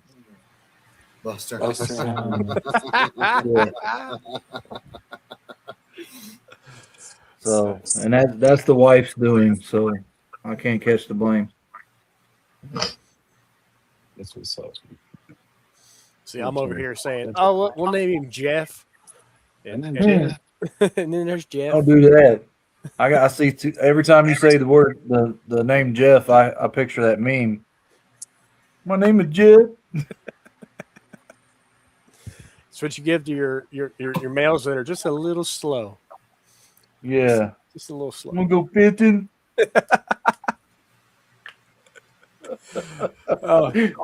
That'd be meme quality if you get.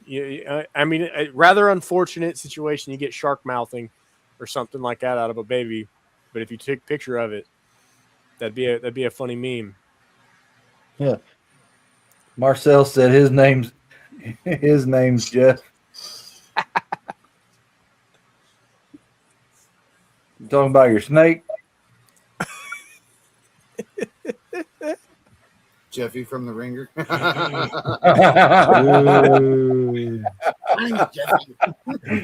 cleaning my room. No, that's Doofy. Never mind. dude, a movie like that in today's time would be canceled so quick. Oh man.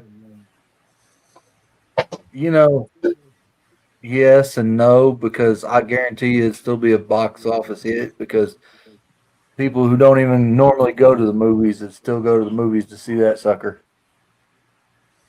Because some of us still got a sense of humor, regardless. It's like Super Troopers 3. Yeah.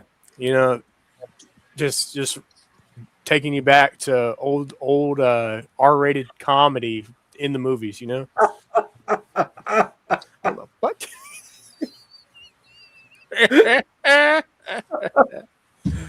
That's a good one.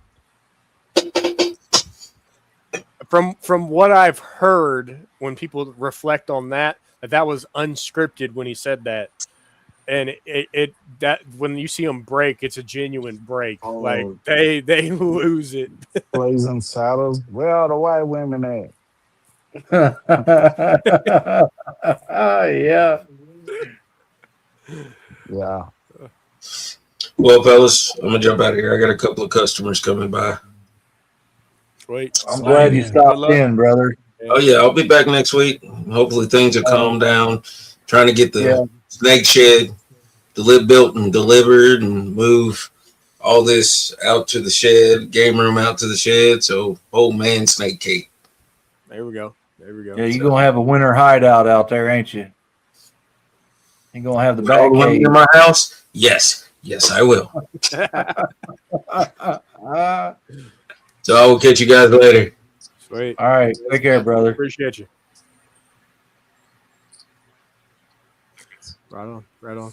Yeah, I'm definitely gonna have to get with him leading up to Daytona. Hopefully stop and have some dinner. Yeah, you got his phone number, don't you? I may not have his phone number, but I have him on IG and I can always get his number from him. I might have it, honestly. Can't remember.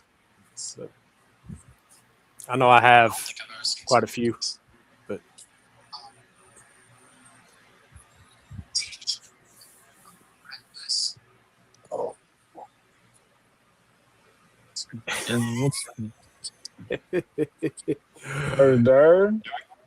one of the scariest movies that I watched as a kid was Das Boot. Das Boot? Yeah, that's Brave said that was one of the scariest movies he watched as a kid. We grew up watching Faces of Dead. See, I wasn't a horror buff when I was younger, so that's all y'all. Dennis, 100% support. Name a snake John because we need more of them in the world. No The age. theaters, like all of them were packed out. They were all bought out. Yeah. So I figured Make sure it's like a Make sure blackhead it's inchy or something like that, so it seems fitting. Yeah, he likes his snakes dark. 100%.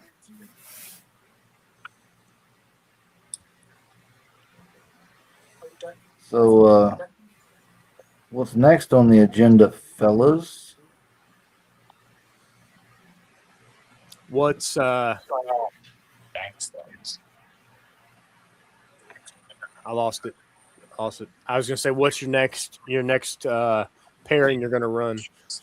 I think it was what's your next pairing you're gonna run? Like male to female in your collection. What's the next one you're putting in? Well, I'm shooting this. So this banana girl you guys heard me talk about. I firmly believe she's 100% or 100% hypo, like visual. Like I held her shed up. She has no pattern whatsoever on her shed. I just haven't caught a shed that didn't have urate and poop in it to send off to get tested.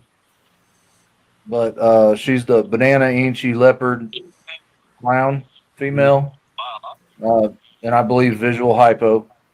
And I've got her running to the clown head hypo, trying to further the hypo clown project. Right on. We got. What's up, guys? I'm sorry, I didn't know. You're good. You doing all right? Yeah, man, just trying to get caught up with this whole snake cleaning thing. I've been so busy trying to finish this house. It's been off the chain. Yeah. But I figured other than I'd that, pop in now that I'm in the snake room. I actually have a second. So, how's everybody been? Great, man. Pretty Great. good, man. Overall, hanging in there, you know. That's awesome. And I appreciate y'all sending me that shirt. And like I sent you the picture. I got to wear it to the Southeast Reptile Show. And it's cool. A couple people actually asked me about it. And they recognized the shirt and the show. So that was Nice. pretty. Yeah, that's awesome. Yeah. I'm actually kind of glad you popped in because I was curious. I asked Carl. I was like, "Did he let you know? Like, did people recognize the shirt?" Yeah. Hopefully, pretty cool. No, it was cool. And it was good to see because I know that means you guys are reaching a lot of people. Here, you take that. This Yeah, I mean- this jug has a hole in it. Making them bends. Yeah, we're not like famous or nothing, but I know we've got people in California. You know, we got people all the way to the East Coast. Mm. You know, Texas. There's, Listen, I mean, we're all over the place. Can't downplay it, Carl. Per my kids, man. Hey, Dad, you're famous. Every time I talk about the podcast, they're like, Dad, you're famous, and I'm like, guys, not like you think I am, but You're on the internet. You're famous. I love it that you guys think so. Yeah. Yeah. That one next. Got it. Yeah, it's funny how the kids they feel that way. If you're on like a podcast or something like that, it's like, oh man, you must be reaching thousands of people. You know, Well, not quite.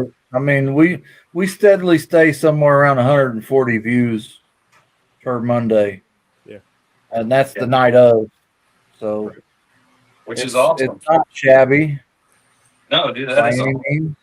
Yeah. There are shows out there doing less, but there's a lot, doing more. So I'm definitely thinking that this bioactive build is going to probably draw some foot traffic through. yeah.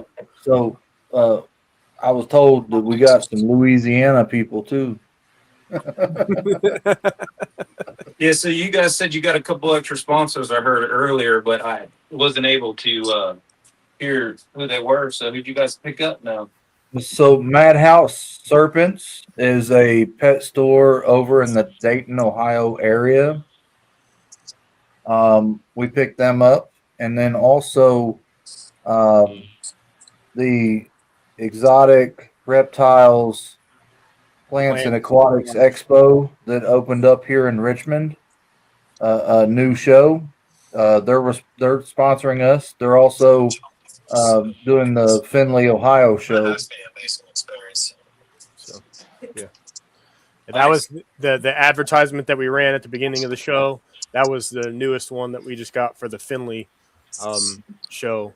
Got it all compiled together and got some footage and stuff. It's been kind of a slow to go self-production in a sense. So I've been doing my best to try to get some actually halfway decent footage at these expos and stuff. So yeah, I mean, to be honest with you, John, I kind of dig the walking around footage, even though it's a little shaky. Yeah, because it gives you the feeling like you're walking around the expo a little bit. You know? Yeah. Gotcha. Yeah, I definitely want. I didn't want it to be so like, okay, I'm over here, now I'm over here, you know, like, but like that's a lot of times that's how it flows, honestly, in the way that it records is when you get a pan of like a full table, you know, you can run down and then you're like, okay, the next full pan of a table I get is over here, you know, because there are people in there like actively as you're there. So when I do like the real like wide angle corner shot, you can like kind of see everybody that's in there at different times and everything. And which that show, for as small of a venue as it is, they really packed them in pretty good. I mean, they really did.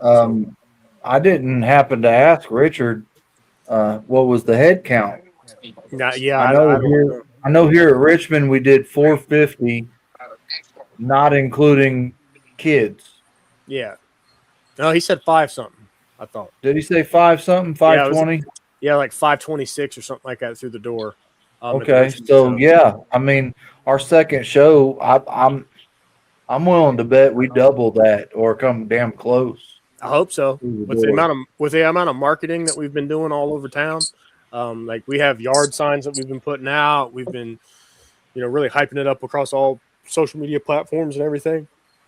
And obviously, that's another thing. I know Richard's not watching tonight because he's working at the hospital, but one of my rat customers works at the Tourism Bureau here in Richmond, Indiana, Wayne County Tourism Bureau. And I gave her one of those yard signs. She's going to put it out in front of their building, which is right there on the east side, one of the busiest main roads there is. And she's also taken out ad space It's going to air for the first time on Wednesday. The Wayne County, Indiana Tourism Bureau website. So they're going to advertise the expo for us there. Yeah. So Hopefully going to elevate it to the epicenter of the Midwest. You know, that'd be nice. So yeah, I mean, how many vendors is there for a show with like 500? I think there was 70 something tables this last Oh, one. Yeah, We'll 70 try. tables. Vendor count probably was like 20 and change, 30 and change. Probably. We did a really small one, and it had like 600 or 700 people a day, and but we only had like 15 vendors in there, and man, I'm telling you, every one of us did good. Yeah. Every one of us. So the one we just did in Findlay had 93 tables, I think. But the vendor count was not quite double. But the thing of it is, as far as the ball python side, there was only like a handful of people in Richmond last time with ball pythons. Yeah. And then in Findlay, there was only a handful of people really there, and he done a really good job of setting them up. Like you have crested gecko guy, ball python guy, invertebrate guy, and then on down the line, aquatics guy. You know, so you wasn't like ball pythons had their own little corner or nothing. It was pretty spread out, and there's a diverse offering. Yeah. He does a really good job. Like he'll specifically ask Yep. people to come to certain shows because they need more of XYZ. You know. Right. He had a lot more mammals at this one. So like there was somebody selling skunks, there was somebody selling ferrets, rabbits, guinea pigs, you know, things like that. So it was definitely leaning more into just exotic pets in general. Wasn't so much just reptiles, which I thought was pretty cool. It kind of really stood out to me. I would love to see some of the people that we have, you know, that do vend make their way up this way to the show, you know, just to get to interact with you guys. If you guys, you know, get in contact with Richard and can make the trip up for one of the shows and vend it, I'd be happy to have you guys up here and hang out and talk shop and do in-person interviews and actually take some pictures with you guys, because, you know, we don't get to do that too much. So. Right. Yeah, I mean, there's a couple other smaller shows around us, but the closest one to us is Muncie, Indiana, and I will not set foot in the door there. Yeah. Even as a customer. What happened with that? Well, to put it bluntly, if you Google Dr. Death, He's running that show. he's running that show. Yeah. So that's nothing that I want to be associated with whatsoever. That doesn't sound like something. No, the man has literally been caught. Like, so he'll wholesale a bunch of stuff. Yeah. Buy it. He'll bring it in, pick it up at the airport the night before the show, and put it on his table without knowing a damn thing about it. Yeah. And he's been literally caught at the end of the show dumping live animals in the dumpsters. That's wild. Yeah. But there is a lot of those wholesalers, and they don't know anything about their animal. You think you're getting a good deal on a snake, and you really could be buying a problem, big time.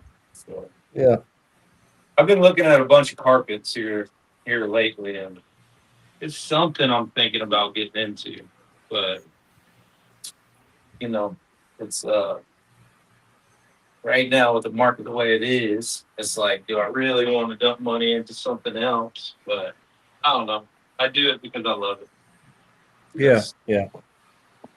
Right on. So, I mean, you know, there's always wholesalers, right? And you got people that that do it right and people that do it dastardly wrong. Yeah. Like Madhouse Serpents, for instance, he's got a pretty decent setup. He has all his breeders that he has there, labeled not for sale, of course. But anything he just gets in is labeled not for sale as well. He puts it through quarantine, spends some time with it, feeds it. You know what I mean? They check him out. His wife works there full time, and he works at the hospital and there, and then does the expo thing. They both do the expo thing together.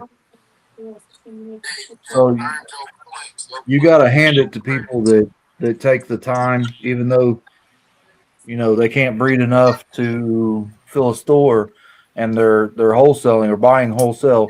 They're still vetting these animals. You know what I mean? 100%. So, We buying them from people like me. right, exactly. That's why I'm sending off 13 Wednesday for a pet store on Kansas. If y'all can hunt that down, I might be able to find some strange stuff every once in a while. How you buy normal, they'll throw something wild. Last year I sent off mandarins. Hey, they got to have a home somewhere, right? Seriously. Yeah. Mandarins are so hard when they're low expression. And, you don't know. Well, it just looks like if they're super low expression, they look like a quality pastel in a way. You know what I mean? Yeah. I mean, that's an interesting take on it. I mean, you got the pastels that are like super yellow, and then you got some that are orange. Yeah. They got like that orange tint to them. So I believe I got two mandarin clowns this year. Can you get me some paper towels? So hopefully we make the fire mandarins in there somewhere. At least one of them is a fire mandarin.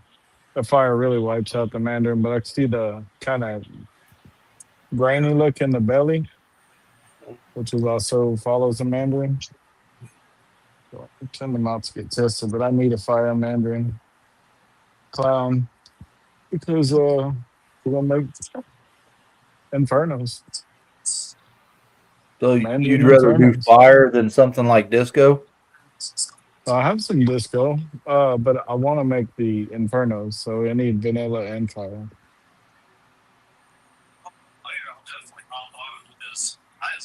I'm not sure if disco and fire do the same thing, but They're in the same complex, so Yeah, I mean they're fairly close. yeah. yeah, but I know I you can think get a super disco and it won't be a white snake. right, That but is I true, think too. disco, like in a single copy, is closer to vanilla. My lace clown boy, he's a disco / fire lace clown because Chimera. That's just the way I bought him from him. So. Yeah. He's a breeder, man, but my girls are not haven't taken yet in a year and a half.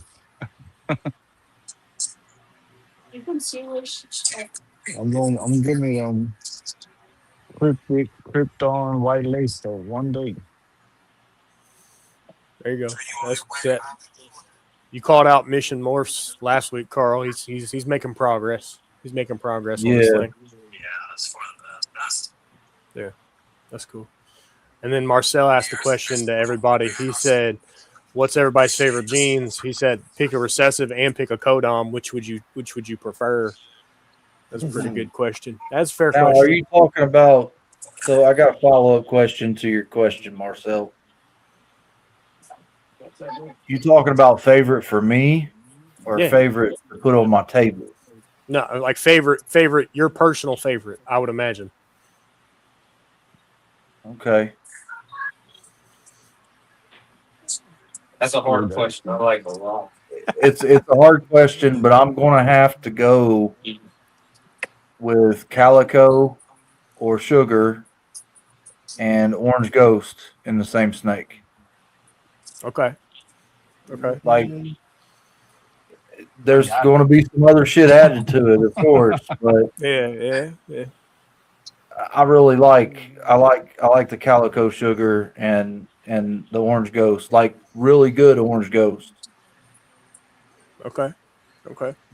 That's a good take. Garrett, what about you? What you got? What would you say? The puzzle for sure. Okay. That's my favorite recessive. Hmm. And then probably Twister. Okay. I like it. I can get down with that. Any particular reason why you would choose those two? Because I'm making it. Right. Absolutely. I get it. Yeah. That makes sense. No, but I'm a big fan of Granite jeans. Huge fan of Granite jeans. I gotta let my boy Mike have Pixel. I wasn't even gonna pick it. Online. I don't. But Okay. like I said, I'm a huge fan of Granite jeans, and it's one Granite jean that I've found that constantly you get a different pattern, right? It's not the same every single time. Right. So depending on what you put it to, just like anything else, you're not going to get the same snake every single time. So that's why I'm going with Twister, and it's something that's not majorly worked. Gotcha. Yeah, I mean, you're not wrong. It is not something that's really heavily worked in, which is nice. I'd have to, if it was up to me, I'd have to say Kodam. I'd go Blackhead. Simple, simple, but yet dark morph. I got to go with the Blackhead. And then recessive. That's a tough one. That's Twister, a tough one. okay. I'd have to say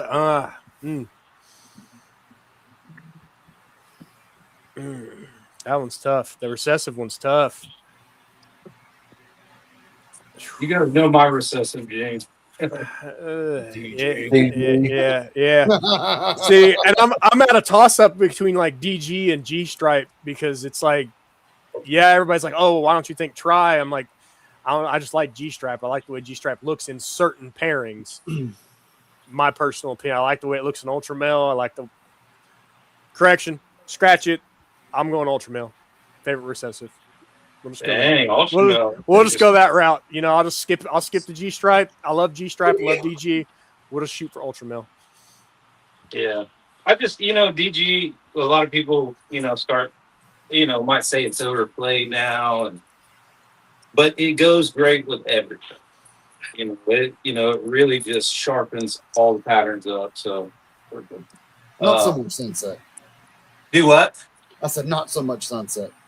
Not so much Sunset. Well, Sunset, honestly, man, Sunset is one of those morphs that, I don't get it. Yeah. I don't get it. Yeah.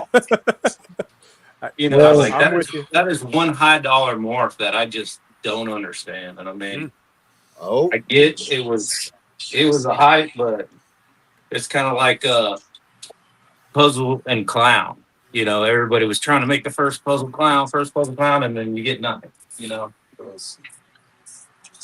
I don't know. Sunset just doesn't do it for me. It's a brown snake. It seems like it just gets browner as it gets older. He said the older it gets, the more it looks like a turd. Yeah, it gets browner, older. Yeah. I got you. So since we got Mr. DG in the house, I'm gonna pull out a snake. There you go. Well, Big Worm, you did not answer the question. What is your Kodam? What's your Kodam? My Kodam, okay. So favorite recessive would be DG. Favorite Kodam would be, oh man. Let's go with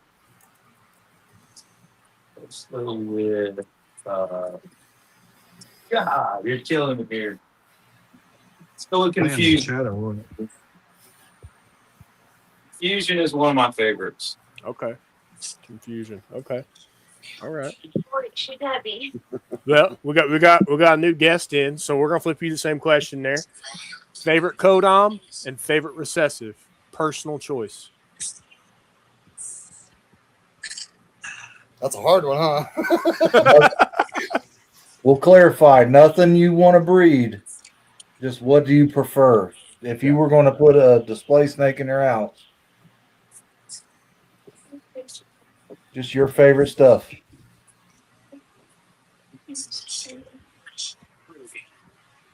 You asking me? Yeah. Yeah. Man, I'm gonna have to say,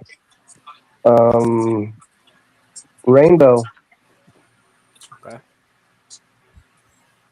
Mine Okay. too. Yeah. I'm with it. Okay. I'm with it. What Yeah. codom for the same snake? Say hypo, or a codom hurricane. Hurricane. Hurricane. Yes. Okay. I can get down with it. All right. Okay. You're starting to like picture. You're like everybody that's getting asked. You're starting to see kind of the direction of their projects just by them telling their two favorites in Well, that same category. So I It's- kind of it's- want to read.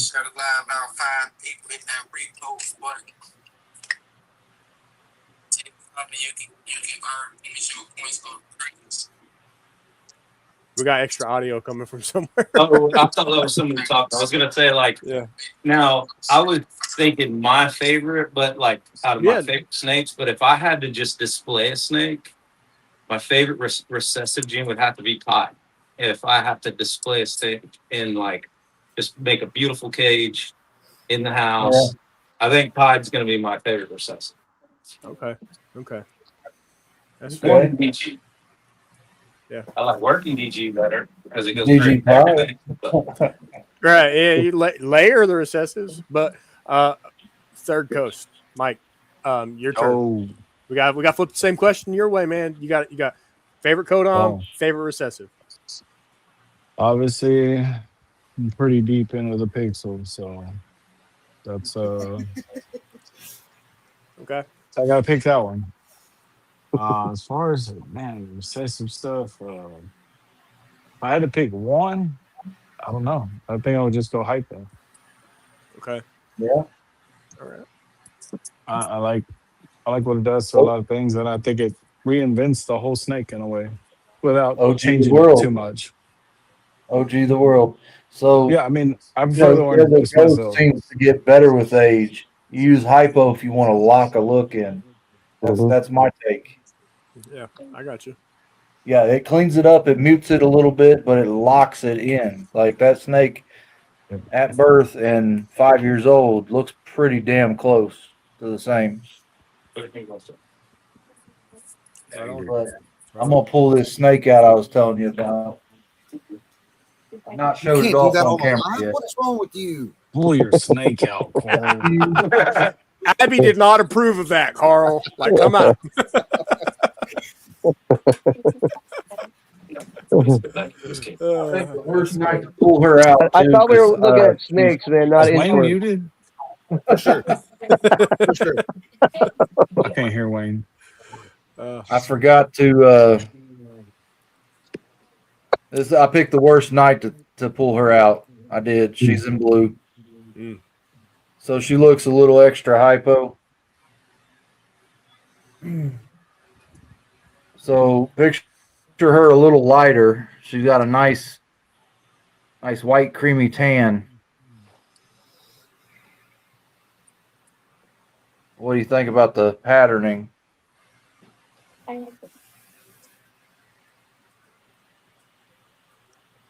Kind of Clean. crisp. Yeah. Yeah, very clean. I think anything that has that chaining around the belly and the dorsal, he's something. He's something. I like that. I like the real thick, how the alien heads like are real round at the bottom by the Trying to belly. hold that thing like a chopstick's pretty fun. I like how I just like how the alien heads run down like a big old like a Big old hands. sperm. Oh, Like no, no, it's fucking, yeah, it just reaches from one side to the other, huh? yeah. So It's pretty cool. see them eye stripes. She's a little wild because she's blind too, but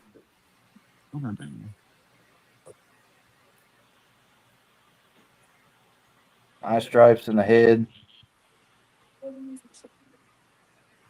So she was originally sold as a Krypton DG, not to me, to the person I That's got her what- from. That snake that you just showed? But she's tested negative. She's tested negative. Yeah, Yeah, I could see she's Krypton. testing negative for DG. What? I will have to. I will have to show her off after she sheds. It's Because very I'll tell ya. indicative of DG. It looks DG. It really does. She looks freaking DG after It must be shit. the Like, it must be when the she's sea clean. line. It's one of them extra lines of DG that nobody knows of. Yeah. They can't It must test be- for that yeah. one. So I've actually heard that there's another line floating around that people are claiming is DG, but it's not testing DG. I'm not claiming this is that, right? I'm not. But I am going to play with this girl and put her into a few things that I'd like to see some cryptic. I'm going to try to separate the clown and the cryptic and go cryptic.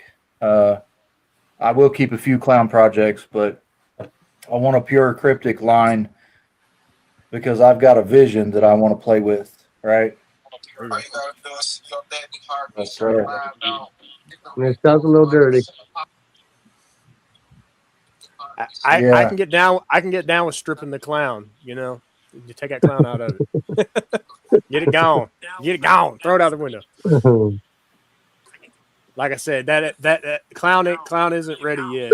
It's that last little bit.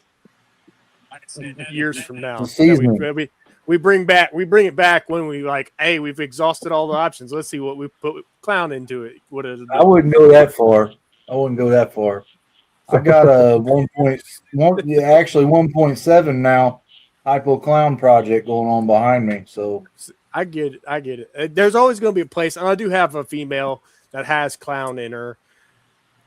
Dude, clown is awesome. She's not going to be worked for clown. She's going to be worked mainly for the pied, but having the clown around is not terrible. It really ain't gonna hurt much to have it around. I just hope that I don't whiff on all the other recessives I want to mess with. Right. Hey, So I don't know if you guys saw that video that I put out there for the bioactive build that we're doing. Say that again? I couldn't have picked a better sound, I don't think. We're running a competition starting about the 2nd to 3rd week of September, and it's a bioactive build off. We got quite a few participants. We're still looking for a few more. And basically what we're trying to do is we're trying to put everybody to the test. We're gonna randomize select a species. Each person's gonna get assigned a random species, and you got to build a bioactive enclosure for that species. Nice. And we're basically everybody's gonna, we got a certain window to build it in. Once everybody's done, you'll get a final image shot. Once everybody's finished, we'll run a pool on all the socials to deem a winner. Winner gets a couple of gifts, trophy, bragging rights until the next time we run that competition. But the biggest driver is to try to draw in a lot more people to the channel, to draw attention attention to the other people that are participating. The way we're looking at it is, we have 12, 13 participants. Everybody puts out 10 videos. Everybody shares everybody else's videos. That's 120 pieces of content per channel. Yeah. That gets seen, that get viewed. And also, I've been telling everybody that when they create some content for the contest, tag everybody that's in the contest, so everybody gets, Yep. everybody gets traffic, everybody gets seen. a little broader than normal, right?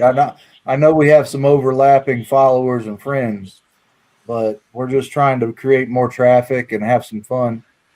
End of the day, if we flood Instagram and Facebook with all these things and we have all these overlapping followers, guess what that's going to do?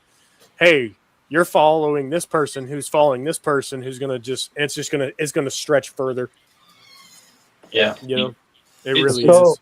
So for the bioactive contest, what's the what do we mean by bioactive? Are we talking Can you hear me? springtails, isopods, just anything? Springtail, Yeah, isopods, live plants, and it's got to be conducive of the species that you get assigned, right? So, like if you get an Asian forest scorpion, you're going to build a bioactive slightly different than you would if you got a dark. Oh, okay, I get it. kind I of get thing. it. Yeah.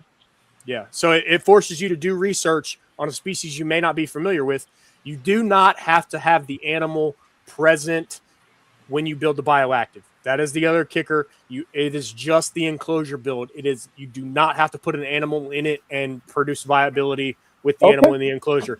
What me, Carl, and a couple of other participants are planning on doing is donating the enclosures in the form of a raffle, and then the earnings from the raffle be donated to a charity, of our choice. So what we're trying to do is just trying to generate a little buzz and give back in a way through this competition that's going to not only get us viewership, but also go to a good cause. Is kind of what we're shooting for. Got it. Nice.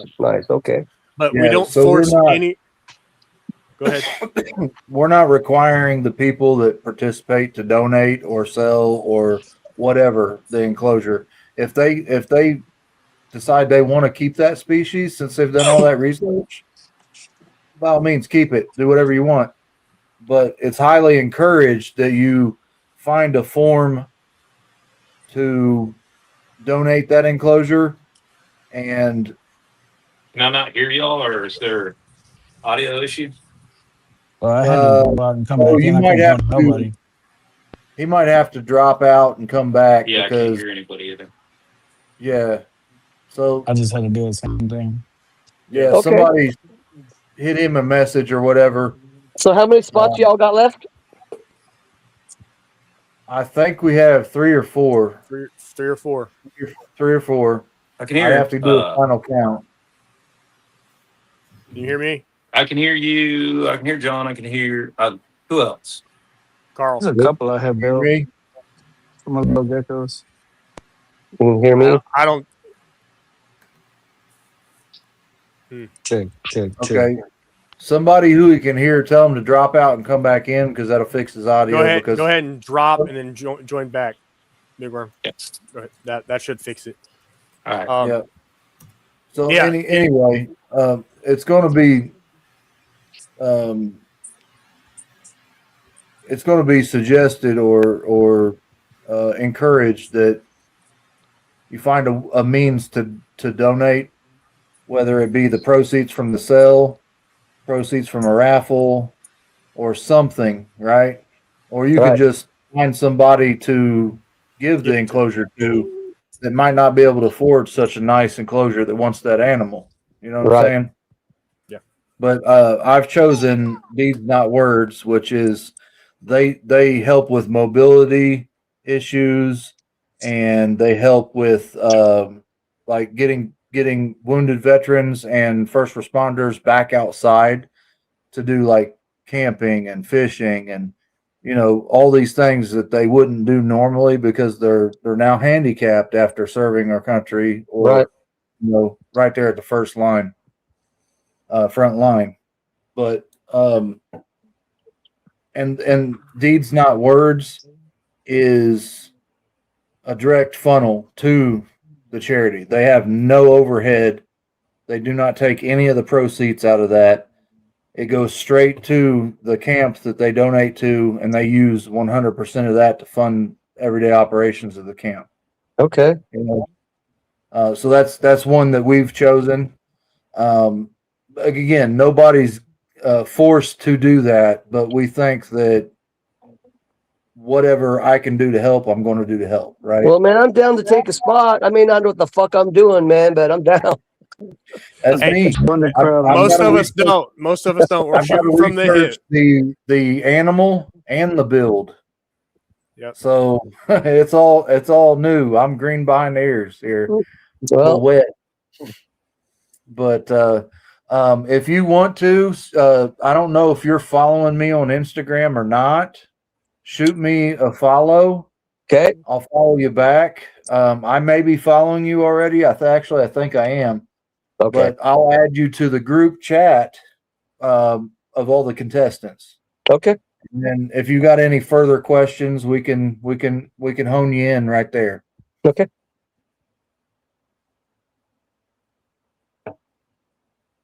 So yeah, we're super excited about it.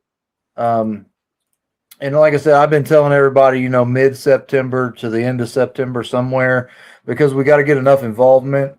And then once we do the randomizer, we're going to try to make a post over it all and try to do this maybe even on a live on our show here to assign all of the different Animal. contestants with their animal, right? Yep. Yeah. And depending on what all animals are chosen, their bioactive enclosure may be a little different than another one, right? Right. So we will discuss the end date based on what the most stringent requirements are on the build, because some of them are going to take a little bit more to establish than others. Like if you have a very arid or desert type species, it's going to be less. Right? Like a tropical. If like you have a real rainforest. tropical, you might have to have some time for them plants to really take root, Right. and the isopods and everything else that's in it really thrive.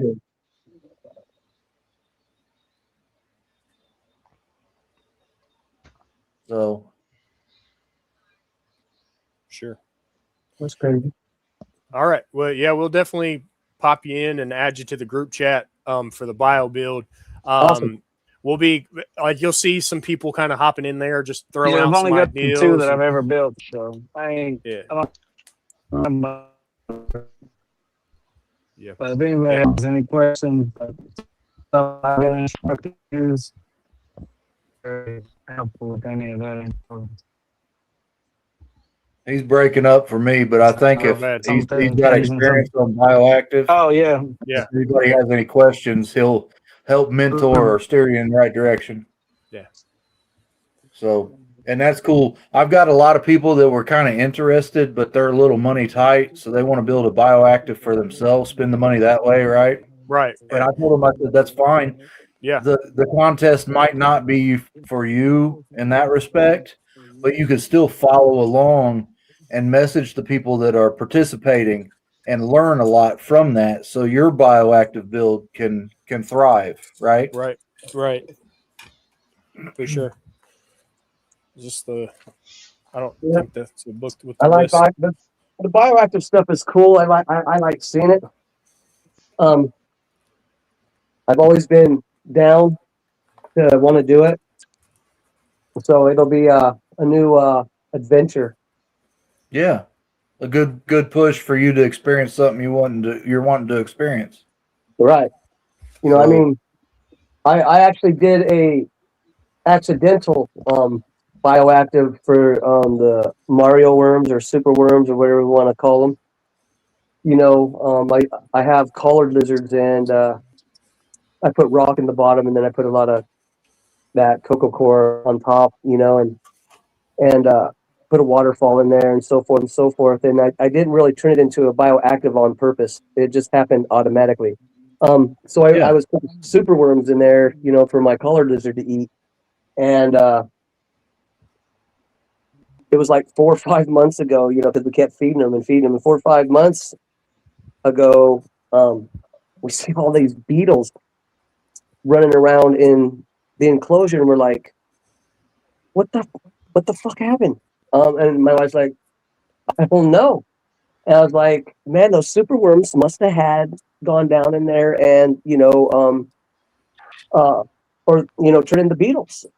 Well, the next thing you know, we had like 50 beetles in this thing right here. Yeah, I'll give you a show right here. Right? So 50 Look beetles in this thing right here, right? With my collared lizards. I got a pair. That's a nesting box for her. But anyway, man, so you see the beetles and stuff running in here. If I was to lift that, any of that dirt right there, there would be hundreds and hundreds of those big old Mario worms, man. It's insane. But that was all by accident. On a serious note, all by accident. So now my wife, because we have all kinds of other lizards, man. We have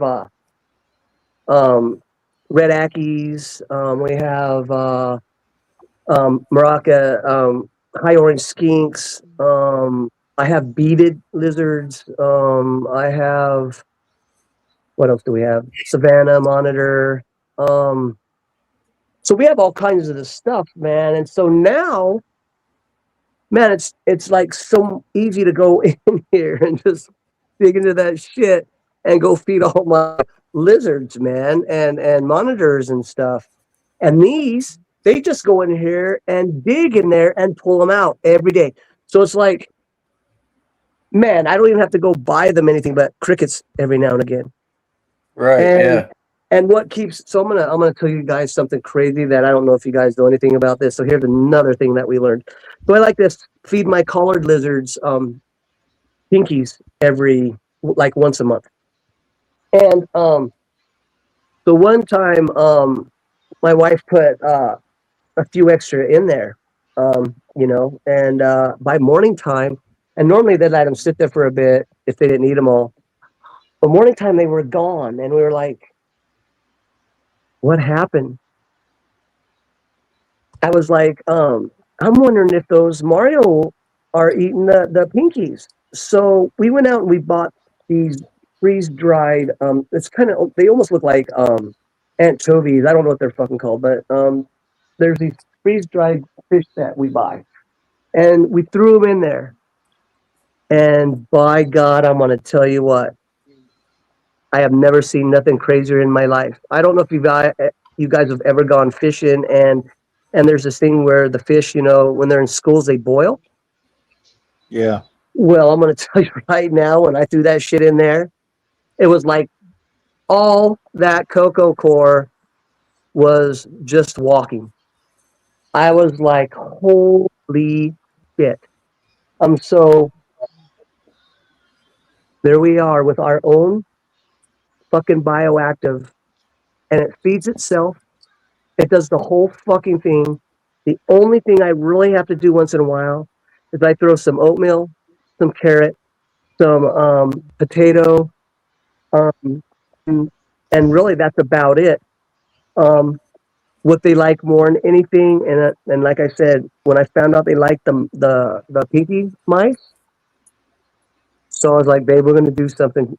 And I was like, I want you to go get a frozen small rat. Bro, I put that in there, and within 24 hours, it was gone. Oh yeah.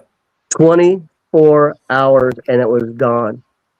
Could not believe it. You don't even know how many rat skulls I have from this stuff going on. It's like a graveyard.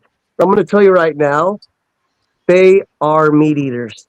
They're not vegetable eaters. I mean, I give them enough water. When you read about this stuff, they say, hey, man, they don't need that much moisture. That's bullshit, man.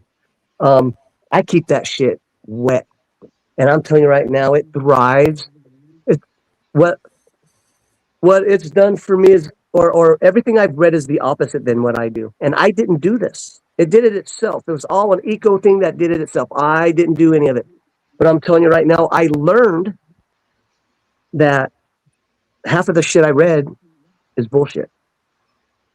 Just being honest. You'll get that, especially if you're reading a lot of Facebook stuff. Yep. I just have a crazy colony of superworms and never ever tried to ever make them ever. Yeah. It So just, Big, Big Ken asked what animal was that in? Like what was the enclosure made for? I made it for my collared lizards. So I'm from Nevada. I live in Oregon, but I'm from Nevada. So when I went, lizard hunting when I was a kid, that's the shit we used to catch. So they're one of my most favorite lizards in the whole wide world. Just like the beaded Helix. We used to go out there and catch that stuff. So I was just like, like I said, I have rock on the whole bottom, made it to where they can, mess around with it. But I just put the coco core on there just for filler, just for stuff. And, and like I said, we used the super worms to feed them, and crickets, and the super worms just happen to be able to hide and survive and make a colony that's unbelievable. Like I said, we even take them to the shows now. I vend every month, and so she pulls them out and now sells them there as well because we have an overabundance of them. It's just like it's just crazy. It's crazy. I've never seen nothing like it in my whole life, and it really amazes me because like I said, it was something that I never in my whole life ever imagined of ever having or ever doing. So that's why I'm really excited about this, is because I'm excited to read about whatever animal it is or whatever things it is that they say, and I want the animal. I want to be able to do it because I want to see it for myself how it really works, man. And like this, I would have never I would have never known. But now it's like they're self-sufficient. It's almost like they're in the wild. They know what to do. They go out there when they're hungry. They dig them up and they eat them, and they're watch out. Yeah. So it's like I said, it's just an amazing phenomenal that I got to live and see with my own eyes. Yeah, for Sure. It's awesome, for it's sure. it's definitely going to be a learning curve for a lot of people.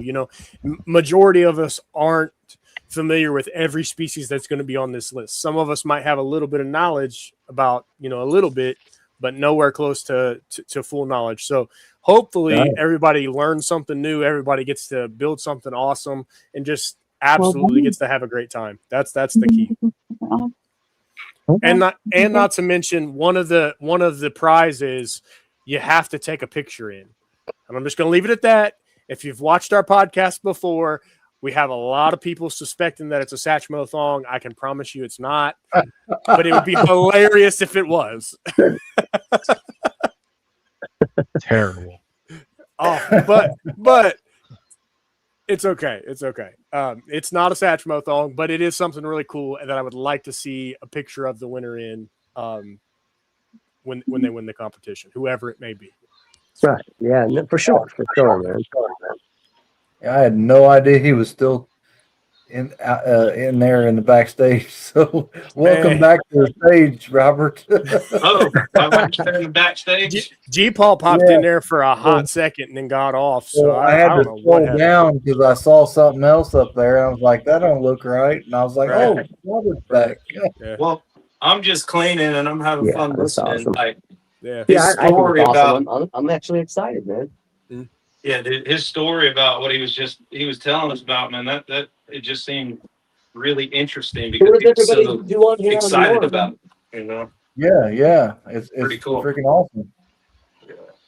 So we had Brother Vance slide in while we were yakking. Good to see you. We also had, where'd she go? The Lakita slid in. And what does Marcel have here? He was showing off a snake. What do you got? This is the mom to the clutch that I just had on Saturday. Big female. Yeah. Female Mojave Het Tri. Okay. She's looking good. I mean, she's obviously small. She just laid a clutch, but she's not looking too bad. No, she looks great. She's really not all sucked in, man. She looks good too. I would say she looks great. She gave us 5 eggs. Hopefully, we'll make some visual tries coming up. But yeah, this is one of the ones I didn't get a chance to show. I've been Yeah. trying to make tries for a long time. But yeah, hopefully we got a chance at making at least 5 chances at making some visual tries with some codoms. What was the Awesome. pairing? So it's either 1 or 2 males. It's either a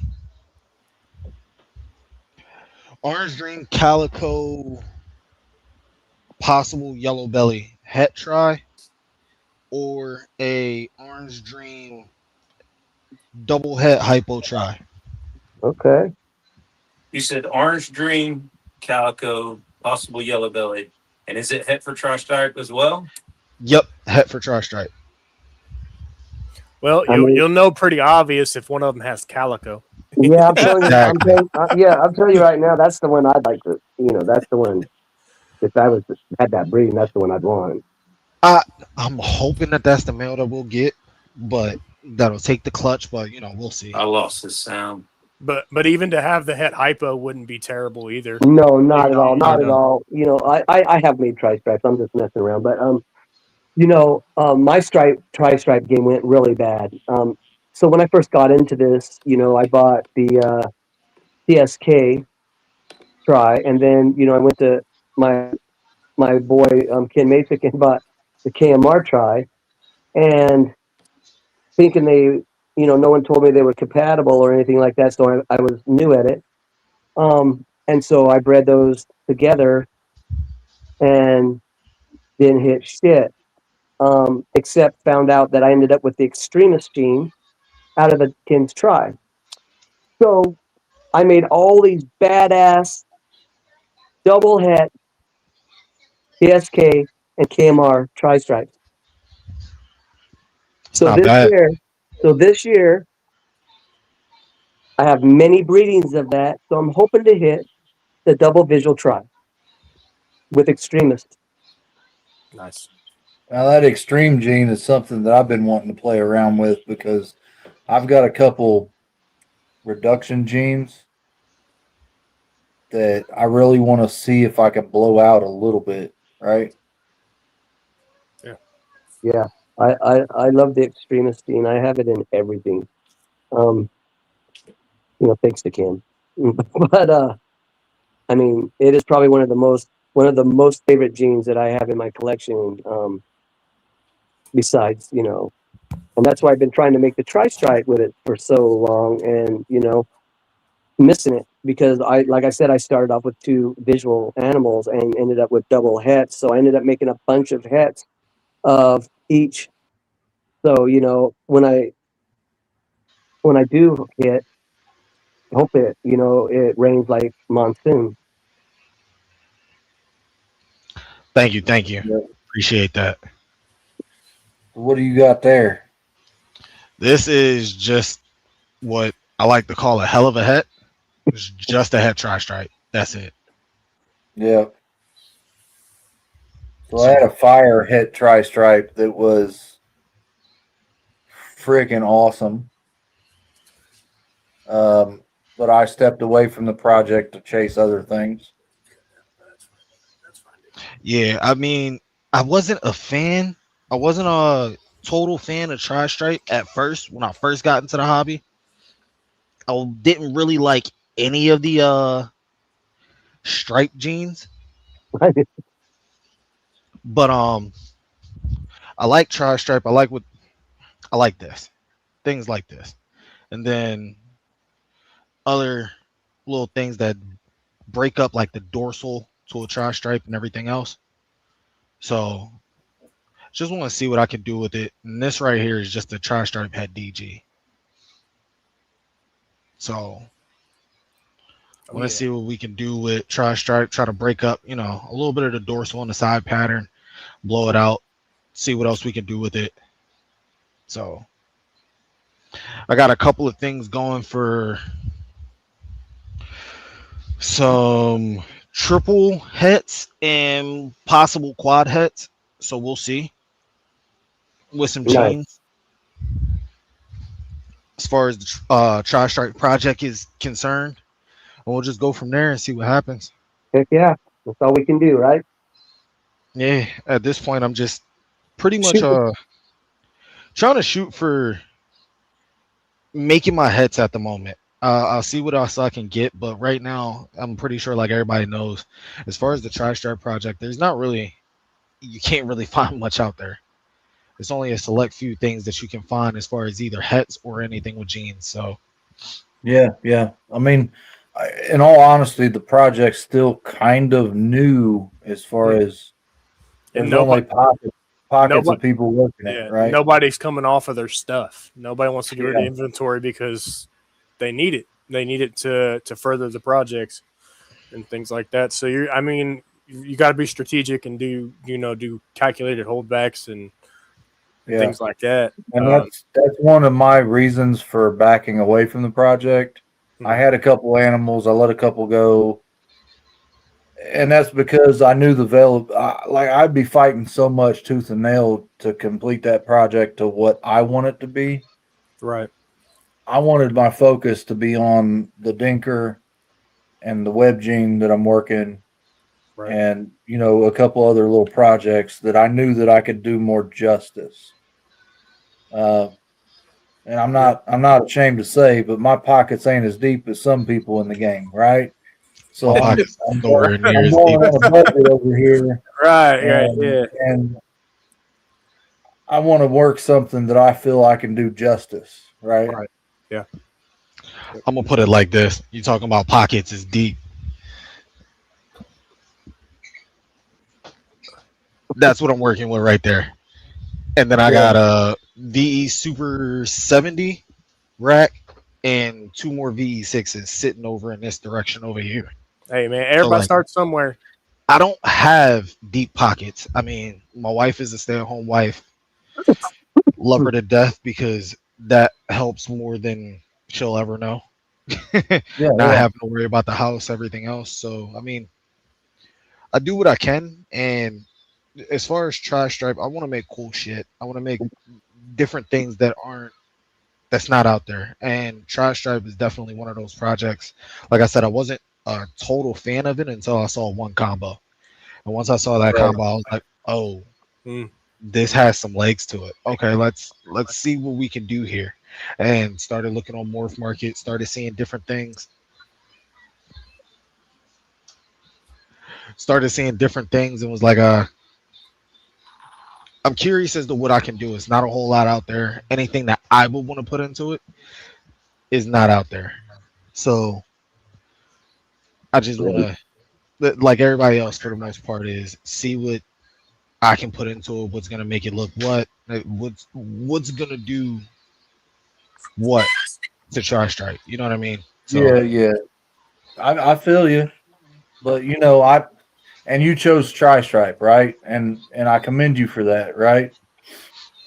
I was in the position where I didn't want 5 slow rolling projects. I wanted 2. Yeah. Right. I mean, nothing wrong with hot Tri-Stripe. I like it. If space and money wasn't an option, I'd be working that too. Right along with puzzle. And my all-time favorite, John knows what I'm about to say, because I'm not an Ultramel fan, right? I've seen one combination of Ultramel that I like. I'm a Monarch guy. Like it's more me. So which I don't hate on Monarch. It's got more of a brown palette than what I like. I like more the orange that Ultramel draws. Personal opinion, but nothing hating on the Monarch, because that darker brown that you get, it doesn't look bad. It is clean. Well, I have a denim now that is some fire shit. The denim into the Ultramel just does some crazy ass color with the Ultramel. It's almost like, I'll have to show it sometime. I did on a live once, but I just made these babies, man, and they're phenomenal. And I think it did so much for the Ultramel. I like both. I'm not gonna lie. They both have their place. Yeah. As everything else. I'm a guy that works almost every fucking thing. I'm gonna be honest right now. I haven't seen denim. I have no idea what that looks like. Denim. Yeah, Denim is the it's truth. I'll have to do a video on it. But on a serious note, I think every gene out there, even the ones that are, you know, pretty much hated a lot, still has its place with everything. So I focus on certain things when I breed. Maybe one project might be pattern because I know what all that stuff is, you know, and maybe one project might be about color. Another project might be completely both. And then I have projects that I'm working that is what people would call Area 51, right? So within that, I have so much versatility in there that I play with everything to a point of finding the spot for each one of these genes. Let's just say hypothetically, and so when we're making these cool snakes out here, and let's talk ultramel, let's talk, you know, these others. I'm out here making these certain things that almost look like these other snakes that are only like 3 gene snakes and they're not even recessive. So coming to that, I use all this stuff as stepping stones and work off the colors that they are. So like I said, ultramel has phenomenal, lavender phenomenal, monarch phenomenal. They all are phenomenal genes in certain, or recessives, excuse me, phenomenal recessives in certain codons. They're all meant for something out there. And you know, everybody has their own thoughts on what we love for monarch, what we love for lavender, what we love for this. And I'm gonna be fucking honest. I'll take albino any fucking day over lavender. And I work lavender in puzzle. I work lavender in a lot of shit. But my albino shit, I don't think people can touch it. But that's me. I like a lot of the older shit still today that a lot of people don't play with that much anymore. And to be honest with you, those genes are the ones that are making these recessives and newer stuff what they are today. Let's be honest. So it makes it pop. It is. It is.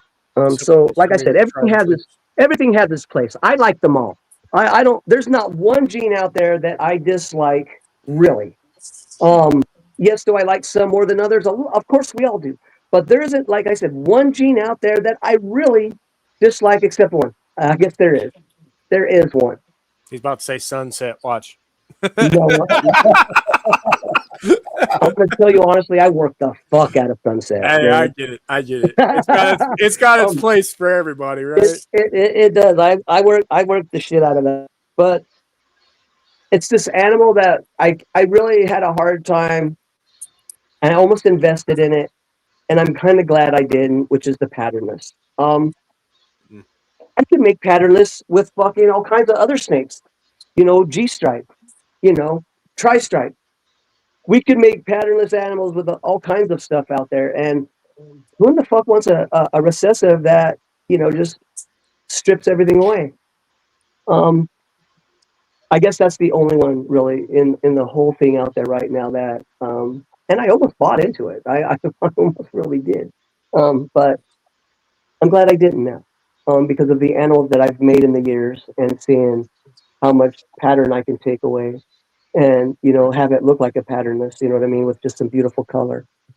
So yeah, I mean, that's the only one. Patternless is the only one I really don't like. To me, the thing that gets my rocks off the most is taking the super strong genes, the white pattern, and putting pattern back onto them. Mm-hmm. Like I want to wreck it. Like G-stripe, for instance. There's a lot of things that G-stripe smears the hell out of, and you can't tell it's there. Really. Yeah. Yeah. I want to break the code. Agree. And that's one of the things I'm trying to do right now is to do that. it's one of my biggest things. But like I said, I got fucked on that at the beginning, not having the TSK and the KMR. So I just built the shit out of a bunch of head. And then this year was the year I decided to start just, they're all grown up. They're all, and really pounding them together right now. So I'm hoping to get some good outcome. I'm not going to hold my breath. I'm hoping that if I do hit the visual tri or double tri-stripe, that I have some animals I could show. I'm not nowhere to show you, but with the double hets that I have, you can see 5 fucking lines on them. Every fucking one of them. And I'm wondering if, and they're not, I mean, you can see the lines.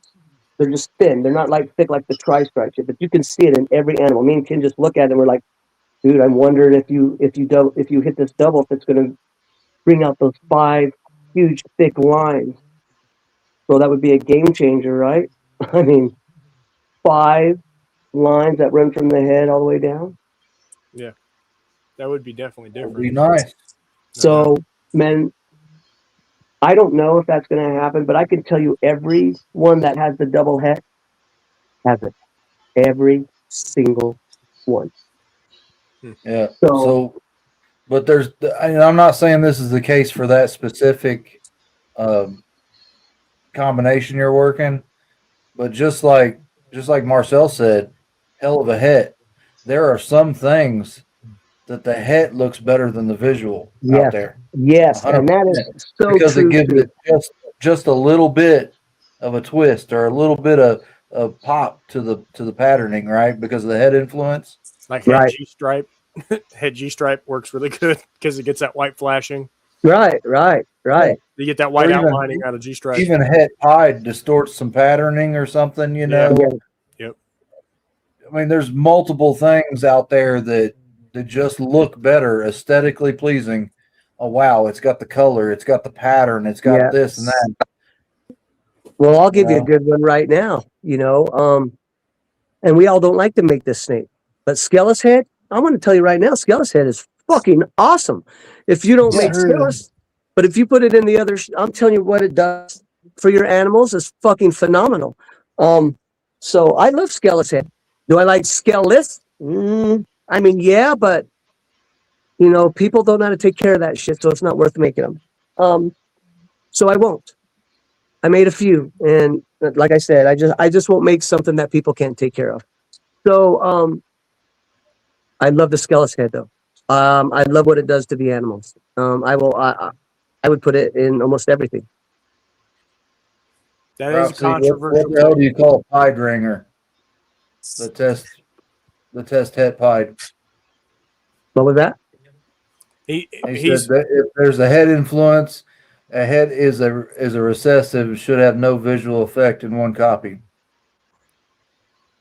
I mean, what the fuck is a pied ringer? The test het pied. Yep. It's a head influence that shows visual. It means that there's a single copy on the allele. I mean, is what it is. So and that's something. There's in some things it's minute. Yeah. Very fucking minute that nobody's going to be able to pick up on. Nobody. I feel like there is an influence to changing the genetics of the snake. Period. Yeah, that's just like sitting here saying that. I mean, when you stack recessives, you got triple hets, quad hets, double hets, and stuff like that. That when you sit them next to, with no codoms involved, that when you sit them next to a codom animal or just a classic, they look totally different. It's the head. Yeah. It's the interactions of single genes stacked on top of each other of recessives. So I mean, I get what he's saying, but at the same time, I it's one of those things where you're gonna have some type of influence, some way, somehow. Well, I can just show you quad hets right now, just straight quad hets, 4 of them, and each one of them look completely fucking different. They don't look like normals, but all they are quad fucking heads. And I'm going to tell you right now, you would think they're crazy as shit. Man, yes, you can see the influence of certain animals in our animals, in the normals that we call normals, whether they're, you know, pets or not. I don't care. They're carrying the one copy. The one copy shows something in there. You just got to have the eye for it, and that's what it comes not down. always. Not You know? always. Some are a lesser representation. Just like you have one line of hypo or one. It could be even the same line, but different families, right? Like it's bred this way. It's bred this way. This hypo expresses slightly different than this hypo. And I agree with that because I work Orange Ghost, which is I like it better than the other hypo. So The same thing with even incomplete dominance. Look at this spot nose; it's super dark brown or darker brown. You look at this one; it's got the light tan. And it's the same thing for me with yellow belly and orange belly. I like orange belly better than I like yellow belly. You know, there's you know, we all have our preference. Yes. No, I'll put it to you like this: no two snakes are identical. They have polymorphism, meaning that there is so much variability in genetic sequencing that causes no two snakes to be identical. Period. Never will be. They can look pretty close, but they are nowhere close to being identical. Now they can, like again, at the naked eye, hey, that snake looks like that snake. Sure. Yeah, absolutely. right there. And she's very like crazy. It does. Yeah. It's a variable, right? Yeah. I mean, Calico, I won't. sugar, like all of them. You get a little bit of speckling, a lot of speckling. So variable. Prime example to what Dennis was saying earlier, that not all ringers test have pied. There was no pied in this, but if you look, It has a there's a ringer. ringer right there. Yeah.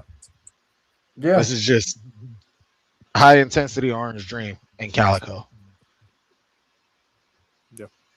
Yeah, that is true prophecy, and like I can't even put a percentage on it, but there's a very high percentage of clown that has blade in it as well because Yes. people don't fucking label it anymore, or people don't know it's there. Right. To answer Brave's question, yes, I do plan on picking up some merch. Hopefully, fingers crossed, if I can work some things out. That is definitely in the cards. Maybe a couple t-shirts, a hat or two. Can't really decide yet. It really depends on how much of my snake money I dip into, because then it might open me up for more merch. So does champagne. Yeah. But you know, where'd it go? Back to this comment right here. This is also coming from the very person that was explaining to me how to pick up on het influence monsoon. He plays both sides of the fence, man. Don't you know?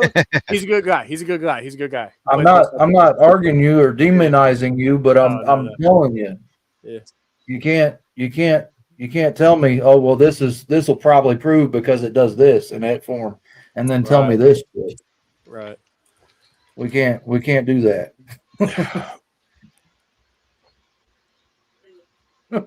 I think we all have a different It's eye. called thunderstorm. I think honestly that we all see things different to a point. Oh yeah.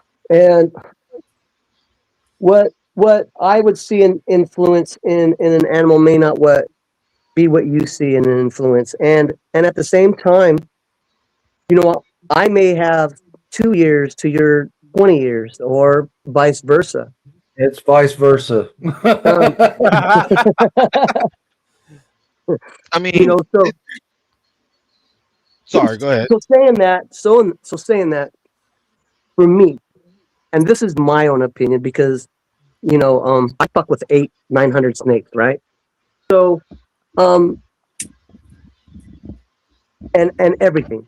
So this head up here is fucking, so I got, you know, ADD, fucking ADHD, OCD, and I got all three of these motherfuckers. So my head is fucked up. And so the snake thing is the only thing that keeps me fucking solid. And so, because there's so much about it and so much this and so much that. So, man, I really put to keep myself level, I really put myself into the genes and into the looks of my animals and everything that they fucking do. And I'll give you a or I'll give you a reason. So like the black adder shit. When everybody's talking about black adder, you know, and Mills brought it in, and I've had it for years, and everybody's talking about black adder, and I'm like, what is everybody fucking talking about black adder? All I see is, you know, adders. I don't see no black adder out there. I'm the only one that I know that really has some black adder, and I'm going to tell you why. My black adders have black tongues. Nobody else is out there that have adder has black tongues. Ask anybody. He said he crossed it with the MBK. So what this black adder really it's another gene connected to the real adder, which I ended up separating. So I just call it a black gene. But the true black adder, when I got this animal, that's what I bought it as from Ken Basic. Black adder. And when I hit Ken up, I was like, Ken, bro, do you tell me the reason why you call this black adder? And then he told me the reasons. I said, well, I can see that, but I said, have you ever noticed? Have you ever looked at the tongue? And he looked at me like I was fucking nuts. And he was like, what do you mean? I said, the tongue on my snake is black. He said, you thought I was fucking high or something. I'm like, bro, I'm fucking telling you. He said, what the fuck you doing looking in his mouth? That too, right? He's like, why would you do that? They're fucking snakes by And the I'm mouth. like, what do you mean? What do you mean? Why would I do that? I'm looking at its face, you know, I'm looking at the chin, I'm looking at its eyes, I'm looking, you know, I dissect these motherfuckers. And it took me forever to get that fucking picture. Oh my God, it took us forever to get the fucking picture. Yeah, it's hard to catch a still frame of a tongue out. Yes, it is. Hard. But I got it. I fucking got it. I mean, you can get it by accident, but when you're trying, nah. And then, you know, I sent it to Kenny. He was like, motherfucker. And then he hit Mills up and says, Mills, and this. And then, you know, so I'm like, it's just stuff like that, man, that I'm talking about. So the same thing go back to the influence stuff on stuff. Man, on a serious note, I've been doing it long enough that I feel, and I'll tell any of this and I'll stand by it. I don't test hardly at all. And I'm going to tell you why. Because I think my 75 to 80% of guessing and hitting it is good enough for me. And on the other side of that, when I do prove it out and that it's right on those times, it's like like opening up a Christmas gift. Instead of really knowing and going out there and getting the test and all it really is doing too is teaching me that I'm doing what I'm doing right and seeing the things that I think I'm seeing. So that's why I say the influence stuff, man, on a serious note, I have to veer more to my side and say, yes, I can tell the difference between certain shit out there. When it's fucking with my own collection. Okay? In my own collection. So if I go to yours and I'm looking at that and I don't know those breedings and I can see certain things in there that I'm being like, man, that has similarities to mine, does not fucking mean that, you know, I'm going to be right on yours. Well, that's that polymorphism too. Right. Well, yeah, and I agree with that as well. Like I said, but I'm just saying for myself and for my collection and the things I've been doing for the last 8-9 years.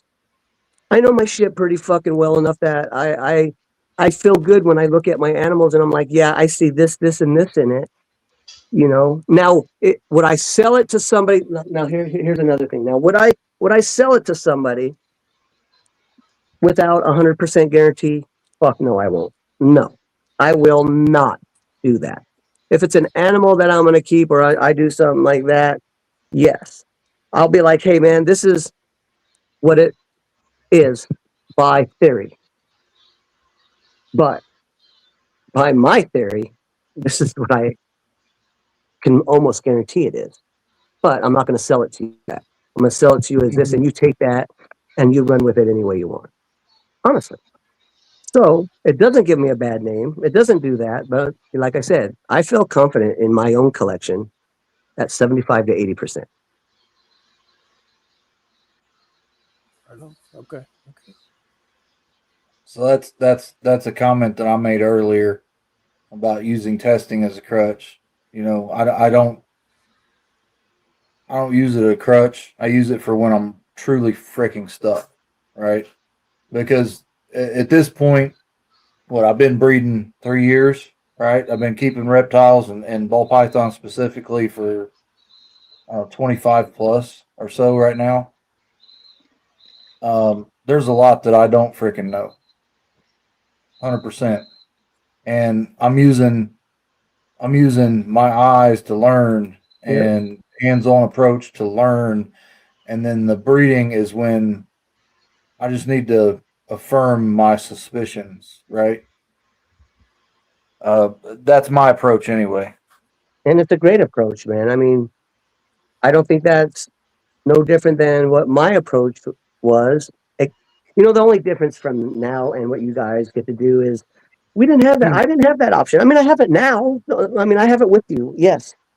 But for fucking years, man, I didn't have that option. So I'm like, why would I start it fucking now? You know, and I think that's the mentality I got from my mentor. On a serious note, that was his mentality. He won't even, you know, use an ultrasound. He flicks me shit because I own him. And listen, Ken Masick gets on me almost daily to go fucking do that shit. Listen, I fucking hate it. I hate it. It's so much easier for me to just go in there, look at him and film and do that shit. I'm just like, man, I've tried the ultrasound shit and I just can't. It just, I fucking can't get it. That makes me angry. I want to smash it. I'm being honest. I don't have the patience for that shit. I want to get this shit done. I use that as a supplement as well. So I'll palpate because I just semi-recently, right? Like last year before I really started pairing, I got some mentorship basically from Matt, KMB Reptiles, right? Okay. He showed me how to actually palpate. I was fumbling around trying to guess or play the game. Is this a turd or is this a follicle? You know, but he squared me away, and now I don't ultrasound until I get around 10, 15, right? And I've used the ultrasound as a tool to be able to hone my fingers in to tell if it's 10 or 15 millimeters, right? So I use that as a teaching aid more than I do to see if my snakes are growing or if the follicles are progressing or whatever, right? Right. And then also, this is a story I've told on this channel. I lost a snake this year. She was progressing. She was showing all the signs that she was gravid. She was making the nest, shedded right. She came off food at just what I thought was the right time. She continued to get bigger. You know, she slimmed down and she got bigger again. You know what I mean? Right before she went, you know, minutely, like you could tell when they swell for the ovulation and the eggs are passing each other in the oviduct, right? You can tell when that happens. And then when they slim down, and then she was posturing for what I thought was laying. And this specific day, I check on my snakes, my breeders, 3 times a day. When I get up in the morning before I go to work, when I come in the door from work, and then again before bed, right? That's my routine. This specific day, I had to run up to Muncie, which is, you know, 40 minutes away, because I was getting some stuff in to make my house snake enclosures, because I was getting some house snakes in. So I didn't check on the females. But we went up there, we did our shopping, got something to eat, came home, and first thing I did was go right to the females, you know. I'm already 4 hours late doing it, but I went right to the females. Second drawer I pulled open, my lesser clown had rolled on me. Oh no. And she was the most beautiful lesser clown that I've seen as an adult. There's a lot of people in the comments that have seen her, and you know, Prophecy being one. He's told me she's a badass looking lesser clown, right? Right. And And she was It's a super nightmare, clean. always. She wasn't muddled up. She was just a beautiful example. She rolled on me. And that was one of the key players in my VPI clown project that I'm working. I'm sorry to hear that, man. That's Yeah, it hit me in the worst gut, nightmare right? for sure, man. So up until that point, I didn't have an ultrasound, and my wife was we was talking it over, right? And she's like, "Well, what could you have done?" I'm like, I mean, the only thing that I could have done would be to ultrasound her and know that she had reabsorbed, and that swelling was not normal. Right, That's, right. I palpated her. You know, I gloved up because I didn't know what was going on at that point, and I palpated her and I checked her out, and there was no eggs, no follicles in this girl. So I'd felt the eggs, right, or the follicles, and they were getting kind of big, not full eggs, but she had reabsorbed and she continued to swell. Well, I talked to the vet, dropped her off at the vet. They checked her out, and it was organ failure, and that's why she was swelling like that. So, me knowing that was another hit in the stomach, right? Right. My snake was laying there suffering the whole damn time, and I didn't even know it. Yeah, it's terrible, That's man. why I have an ultrasound. If I think I check on them to look at them to physically know that they are still progressing, right? No, I get it, man. I do get it. Don't like I said, don't get me wrong. I completely get it. And I mean, I've been looking, like I said, I bought 3. I sent one to Eric Walsh back in the day. I just gave one to the guy I mentor, All City. And then, I have this one. And I've used it a couple times, just a couple times. Just because, like I said, it just, I don't know. It just, because, Ken told me to, and it was just a pain in the ass for me. Now here's the other reason too, is, it's a machine. I got to move it around everywhere I go, or I got to take the snake out, move it back and forth. And so when I have all these snakes, it just takes so much time to do that when it's just so much easier to touch them. Now here recently, and I didn't realize it's been out for like over 6 years, but they got this thing called the Butterfly, which is a handheld ultrasound, a small unit that you connect to your phone or something like that you can pretty much just go to every tub and do it like that. Now I'm gonna blow this up because this is not the $2,000 or $4,000 butterfly. This is the $980 something Temu, not Temu, but what's that? Alibaba. Okay, ultrasound. Is that what that is though? That's what this is. And that's a portable one too. Yes. So I can take this. So that I don't even need Wi-Fi for me to want to connection. do it. Something like that right there.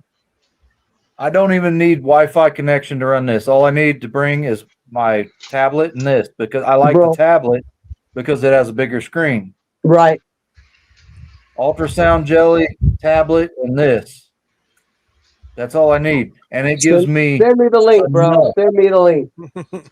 I'll send you the link. I'm sold already. There you go. Yeah. You'll see, by the time you have to wait and get it, it's longer because it comes from overseas, but it is the cheaper version, 100%. And I like it 100%. I don't. It's probably, like I said, it may be the cheaper version, but it's probably the same version.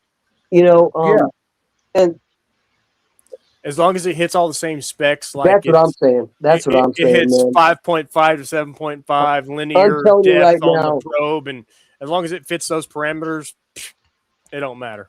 See, I'm down with that. That's what I'm saying right there. Yeah. Something like that, I'm down with something like that because I don't have to carry this machine around. Honestly, This is the box it came in. that's legit. And See, that's what I'm saying. This, I feel You got much more a charging secure cable? going, and going in there and doing that instead of having this.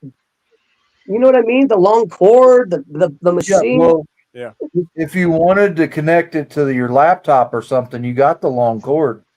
Right. Who wants But to it's fight? USB-C. Yeah. And you can charge it from the through your laptop, or you can charge it in a regular charger. And here's the USB to C charger. So it's Right. got both. And the unit, the only thing is that kind of made me mad is it didn't come with instructions. Like I had no idea. It did come from China, so that's probably why. Yeah.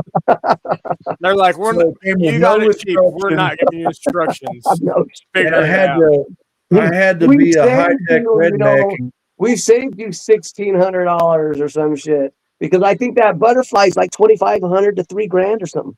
Yeah, the used units are like 21. Are they? Like the recycled, reconditioned units are like 2,100. Okay. And then you're looking at closer to 3 after taxes and everything for the Right. brand new unit. Yeah. Nuts, man, nuts. There's not worth the price that you can as long as the linear probe hits at a certain frequency and depth. Why does it matter where it came from?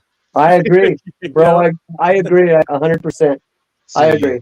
Price tag on ultrasounds is why I haven't went and tried to get one.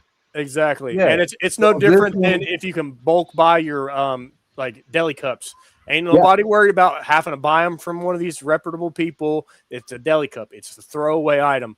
Get Yeah. them, buy them in bulk, buy them cheap. Amazon is a great tool when it comes to that kind of stuff. Oh yeah. So that's the thing too. You get a discount if you were to buy these in Alibaba from Alibaba. You can get the one, right? Sometimes they're on sale and you can get them to your door for under $1,000. But most of the time they're going to be around the $1,100-1,200 mark, which is still budget friendly when you're talking about the butterfly, which is $2,000 to $2,500. And some of them you can spend $4,000, $7,000, $10,000. Yeah. Depends on how many bells and whistles. Yep. And then you got to drag this cord and this whole machine around with you. Yeah. This one right here does everything that I would want it to do, right? It gives me the ability to see the follicles, measure the follicles. I can adjust the gain. I can adjust every adjustment you can make. The depth, the gain, all this stuff, right? From an app on my tablet. Yep. Why not? But anyway, like I was saying, if you buy it from Alibaba, somebody who's got some money, you can order 100 units or something like that and get a deep discount. So here, You know what I mean? you guys know shit. So I used to have a garden store back in the day. I'm from Oregon, so you know we were the first people that was legal in growing weed shit. So anyway, I had a garden store, and we had shit like that. So instead of going to all these people that I would they would give me these products, these catalogs for products. I would look at their catalog and I'd go straight to fucking China. No bullshit. And I would buy direct from them. And they would put my own name, my own logo, my own shit on there. No fucking extra cost. Yeah. Yeah. And I would bring it all in. $100. They can customize this case. I saved thousands and thousands of dollars, no exaggeration, on doing that stuff. Well, and right now I don't know how well it is with how the tariffs are right fucking now, or so now the taxes when shit comes in as what's going on right now, because he's right. I mean, I'm one of those motherfuckers right now thinking, fuck, handheld, $900 a piece. I buy a case of those motherfuckers or whatever they are, whatever they're in. Is or and come back here and sell them. And I'm the type of guy I wouldn't try to sell them for top dollar. I'm one of these guys that want to get rid of the shit, right? So I'll bring that shit in here and sell it for fucking $50 above, just to fucking offload them. And I made all that fucking money, off what's $50 fucking dollars, and get them into other people's hands. Not saying I'd do it again. That's how I do it. I needed to make crazy cash back in the day. That's the kind of thing I used to do.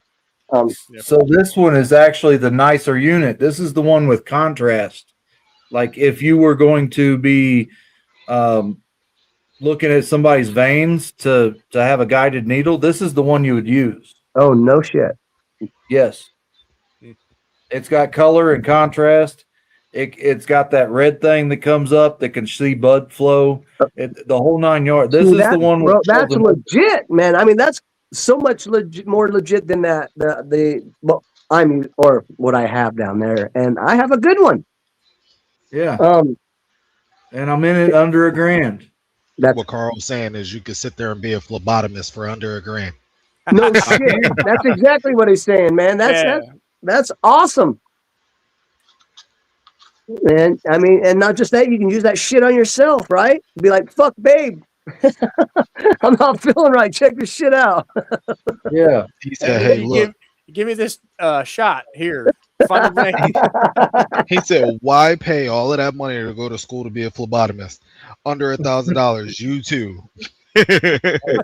Hey, you making better money on the black market anyway. He bringing in his own vials of blood to be tested. Here you go. I took this morning. Here you go. Here you go. That's funny shit. Yeah. I appreciate that info, bro. On a serious note, it's kind of funny that I brought it up because, I was like talking how bad I hated it. And the only reason I'd want to change it is because of that. And then there it is. Oop, there it is right there. The guy that's got 3 years in is going to show the old dog a new trick. No shit. No shit, bro. And that's what I say. I learned new tricks from fucking all the time from the youngers, man. And I like it. That's what it's all about. I mean, I appreciate it. On a serious note, that's fucking awesome. That's the reason we started this channel right here, is to learn stuff and to hang out with cool people and make friends. Right? That's awesome. Yeah, hell yeah. I don't give a shit about monetization or notoriety or making a blue $1 million in a year selling ball pythons. Right? Right. I want to play with stuff that I like playing with, make cool snakes, and hang out with good people. And I started this to learn more. That was my main objective, is to learn more. Oh yeah. Yeah, I agree with you, man. And I like to learn. Like I may be, an old dog, but man, I always learn shit all the time. I don't know every fucking thing, man. I don't. I love learning, and I learn shit all the time from newer people coming up. You gotta sometimes break away from the old school to a point. Yeah. And which if it makes sense, man, I'm on it. I'm on it. Just like I said, just like that right there, man. That I would be more apt to do it like that. And then, I won't have to hear Ken Masick fucking screaming at me every day. Go down there and fucking do it. I'm like, fuck, bro. I hate it. Yeah. Hey, Wayne. Get the shit out of me, babe. The light popped on. I'm like, what the fuck? But yeah, man, on a serious note, thank you. Go ahead, Marcel, with your question. Have you ever incubated without like press and seal, cling wrap, anything like that? Just like Orbeez. I've done every possible way you could do it without, but I've always used the press and seal. I've tried every way, and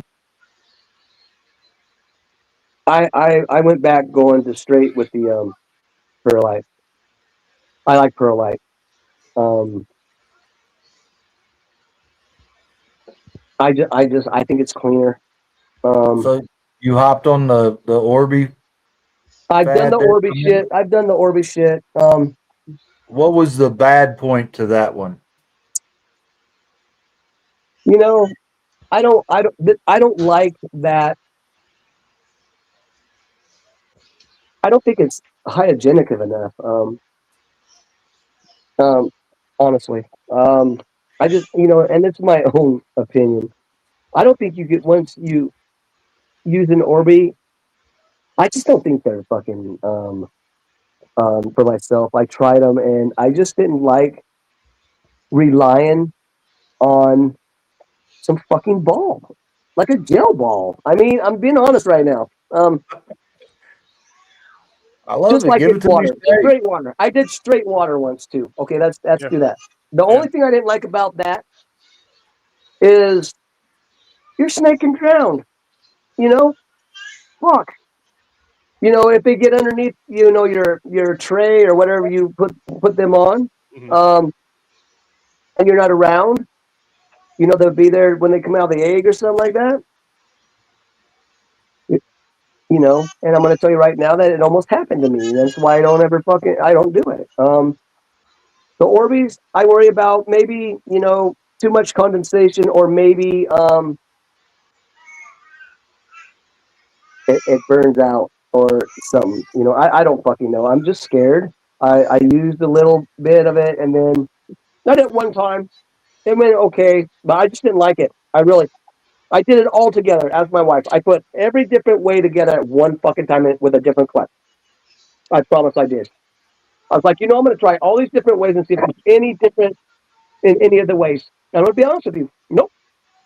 Everything came out the fucking same. See, that's Everything. what I was about to ask. I was just wondering if Yep. there was any difference Everything came out the between. same, bro. There was nothing that came out any different or anything. Everything really did come out the same. So what it comes down to is your preference. Okay. Yeah. No, I So was just I'll tell you. because I. So when I pulled the clutch, I didn't realize. So I had a box of crescent seal, and when we hatched the clutch, we weren't. Should have been more prepared for it, but we weren't. So I went to go prep the Orbeez and the hatch tray, or the little dragon trays.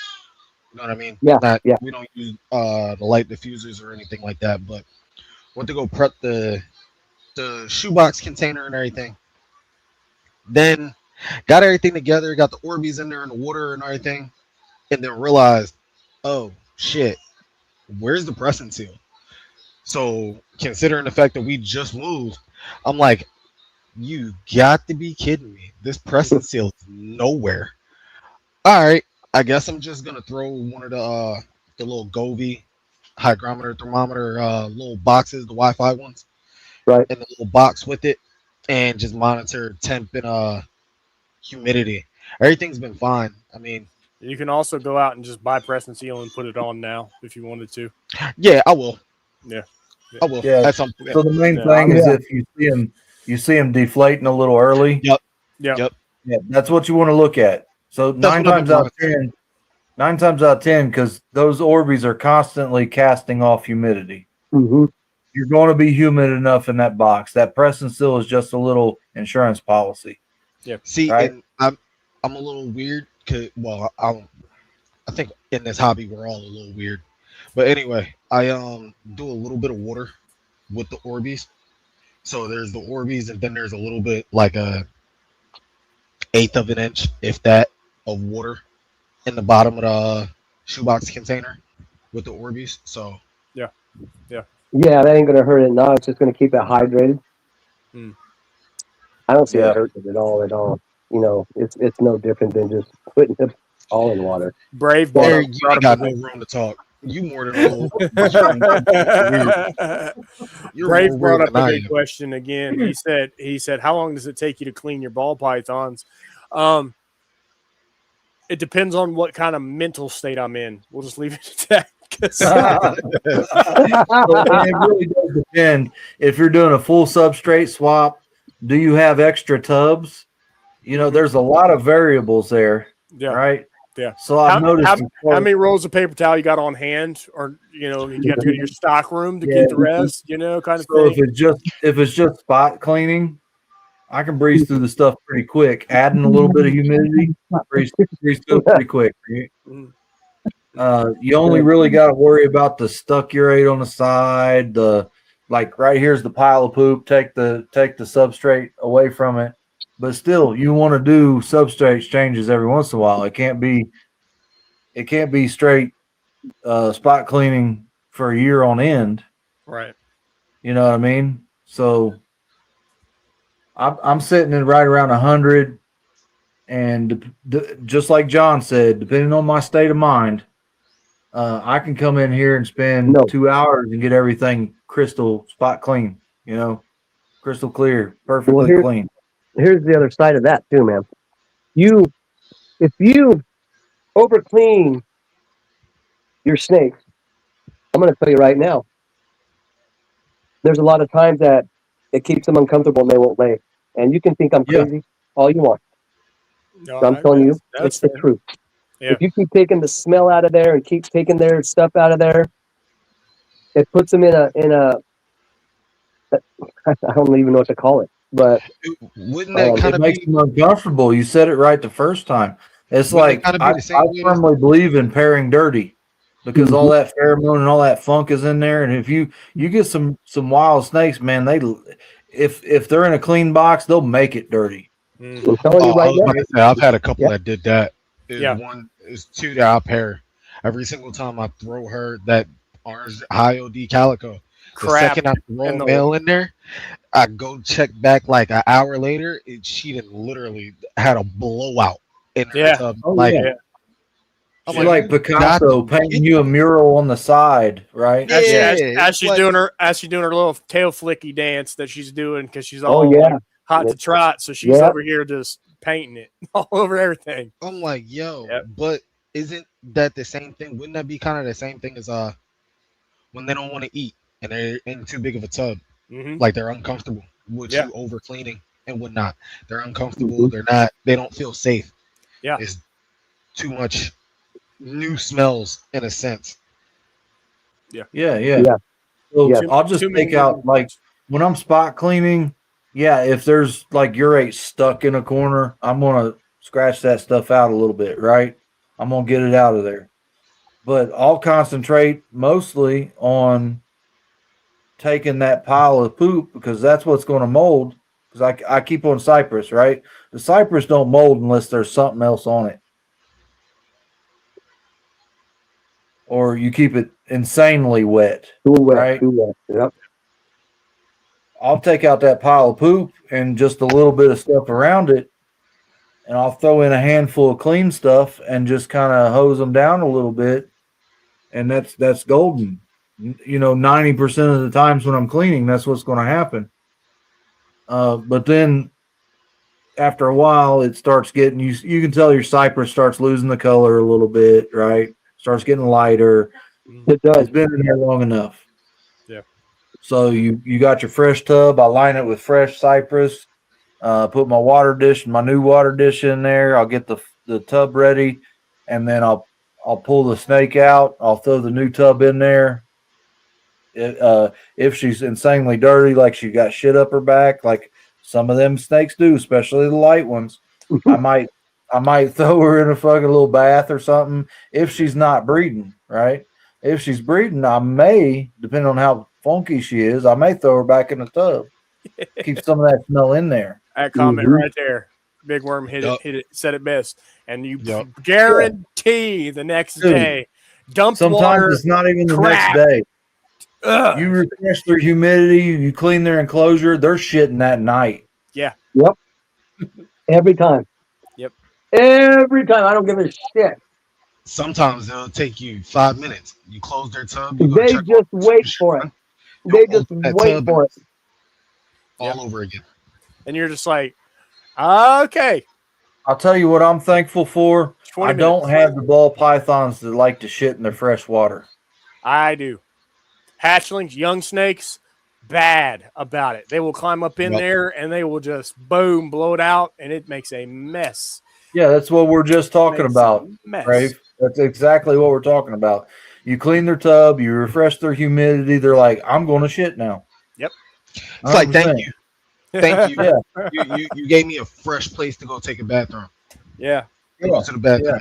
Thank you. Appreciate it. Yeah, the only time my snakes really fuck with the water is when they got the meat sweat from eating, Yeah. or they're fucking building and trying to cool. Right. Any other time, man, they're just fucking hanging out. Yeah. Yeah, they just hanging out, man. I don't have a lot of soakers. I've got one snake that likes to lay in his water.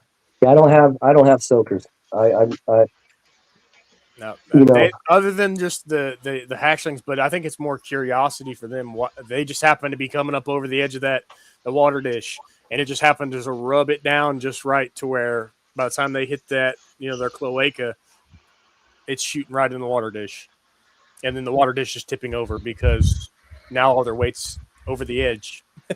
right. So then the water dish goes poop, and it spills all over the place. Well, yeah, I think the babies are, or the hatchlings are completely different than the adults. Oh, all yeah. the kids, Yeah. They're trying to find their way anyway. Right. Yeah, I most of my adults don't. I mean, but again, they're the molded cups, so you put your deli cup in there. They don't have like big soaker dishes. I don't offer that to them. I soak them, individually, on a cycle, on a rotation kind of thing. So it's a little different. Some of them enjoy the bath. Some of them hate it. Some of them, the second that they hit that water, perfect temperature on the water, and they're springboarding. They're like, phew, I'm flying coop. Get me out of here kind of thing. Right. So it's variable. You get a couple that are just eager to be around and hang out, and then other ones that are like, how can I escape? How can I escape? So, Kitty cat. but Carl, we're hitting that 3.5 hour mark, man. I'm starting to kind of feel it. I got some overtime tomorrow, so we might have to call her a night, bud. Yeah, 100%. So you guys having me on here. Yeah. Well, appreciate you coming up, man. And we appreciate your participation in the It's nice to hear another take on some things, right? I always like to take a little bit of what this person says and try it out and then figure out, make my own, like what works for me. Right. Because everybody's house is a little different, right? That's what I tell everybody too. If that's the one thing I tell everybody, do your due diligence, man, and figure your own way out. There's no wrong way as long as the animal is healthy and doing what it needs to be doing. There's not a wrong way. If it works for you, it works for you, and that's what it all comes down to. There shouldn't be no people bashing on other people, at all, because we might do something a little different. At least the animal is thriving and it's doing everything it's supposed to do, and that is the point. That's the whole point. It's not about you need to do it like me. You know what I mean? All right. Yeah. Fucking stupid. Gotcha. Yep, 100%. So, I know this is your first time on. I don't know if you've watched or not, but we usually kind of do a round robin, right? We'll go around the room. If you got any closing statements, anything you want to say to the people who are watching, people who might watch later. Well, yeah, I say that, stay true to your vision. Don't let anybody steer you off it.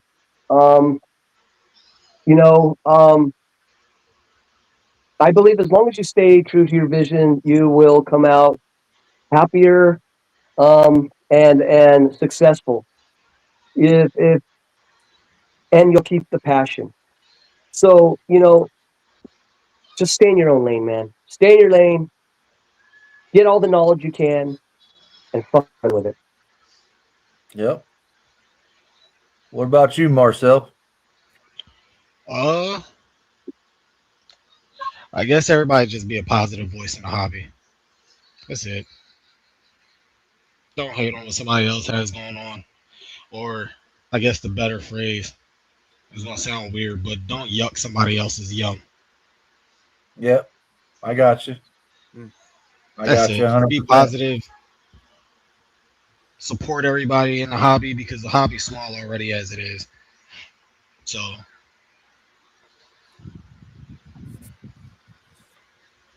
all right. Well, I'd like to thank everybody who showed up in the chats. Wayne, Marcel, everybody else, Garrett, I'm glad you got to come out for a while. Robert, I'm glad you was on. We had Batman. I'm glad he showed up again tonight. just kind of resonate and bounce off what these guys said. You already know I'm big about support. Support the people that support you. Help them out when you can, and keep coming back. Keep hanging out. We enjoy having everybody, all the engagement in the chats, the extra questions, the new people that come on. Wayne, I definitely want to. I appreciate you coming on for the first time tonight, for sure. Thank you. Hopefully we'll do it again. Yeah. You seem like a pretty squared away fella. I like hanging out with you. Maybe I can learn something else from you. Well, ditto, man, ditto. I'm sure, coming on here. I mean, like, I came on here and learned something today. I was running in the right direction, but now I know where to go. Yeah. So get a hold of me and I'll flip you some links. And all right, brother, man, we'll do. If you got questions above and beyond that, I can help square you away. So okay. For sure. Much love, man. Much love. Yeah. John, how about you? Just want to thank everybody in the chat. Thank everybody that came out to be a part of this open panel. Coming fresh off of a weekend of just chaos, and as most of you know, back to school is kind of coming around for a lot of us. We got to send kids back to school and stuff like that. So it's a lot of chaotic environment going on in most people's lives right now. I do wish you guys all luck with that, and hopefully you guys will have a lot of success sending your kids off. Mine go back officially this Wednesday. I am going to be so tired and exhausted waking up early again. It's going to be awful, but I'm looking forward to it nonetheless. Again, thank you guys so much for all that you do, all the support that you give. We appreciate everything. Keep coming back, keep showing up. Daytona's right around the corner, guys. If you guys are planning on going or being in attendance, look for me out there. I'll be out there, taking some B-roll footage, maybe, as well as doing some interviews. I got some things in on the back end cooking. Hopefully it all works out. We don't know yet, but it'll be a cool time nonetheless. Maybe pop in, do some impromptu live streams from there. If everybody's available, Carl, if you're available back here, at home and everything works out, maybe we can figure something out, have a bunch of guys on and really chat it up in person, kind of similar to how we did our interview for Richard and Julie. Be on the lookout again for this weekend, guys. We got some content coming from the expo local here, which is going to be awesome. We'll catch Satchmo in his natural environment, out in the wild for once, Yeah. Gotta let all the snakes hang out, kind of thing. Get to see me play with my snake. But yeah. So just be on the lookout for that. We'll probably be live from there for a little while, as well as some other B-roll footage that'll be coming in the future for more additional advertisement spaces and stuff like that. Thank you, everybody who sponsors this channel. We would not be able to continue to do this if you guys did not give that support to us. Any way that we can help you guys promote, advance your guys' groups, pairs, whatever you guys need, don't hesitate to reach out to us. If we can pass along some knowledge or maybe help you with a project in some way, more than happy to do so. Just keep us in mind. Don't hesitate to hit us up on the IG. So, but thanks, guys. We appreciate everything that you do, and we look forward to catching you guys in the next one. We have Zach from Par Parks Reptiles, as well as Reptiles Ads, as well as Husbandry Pro. He's one of the sponsors of the show.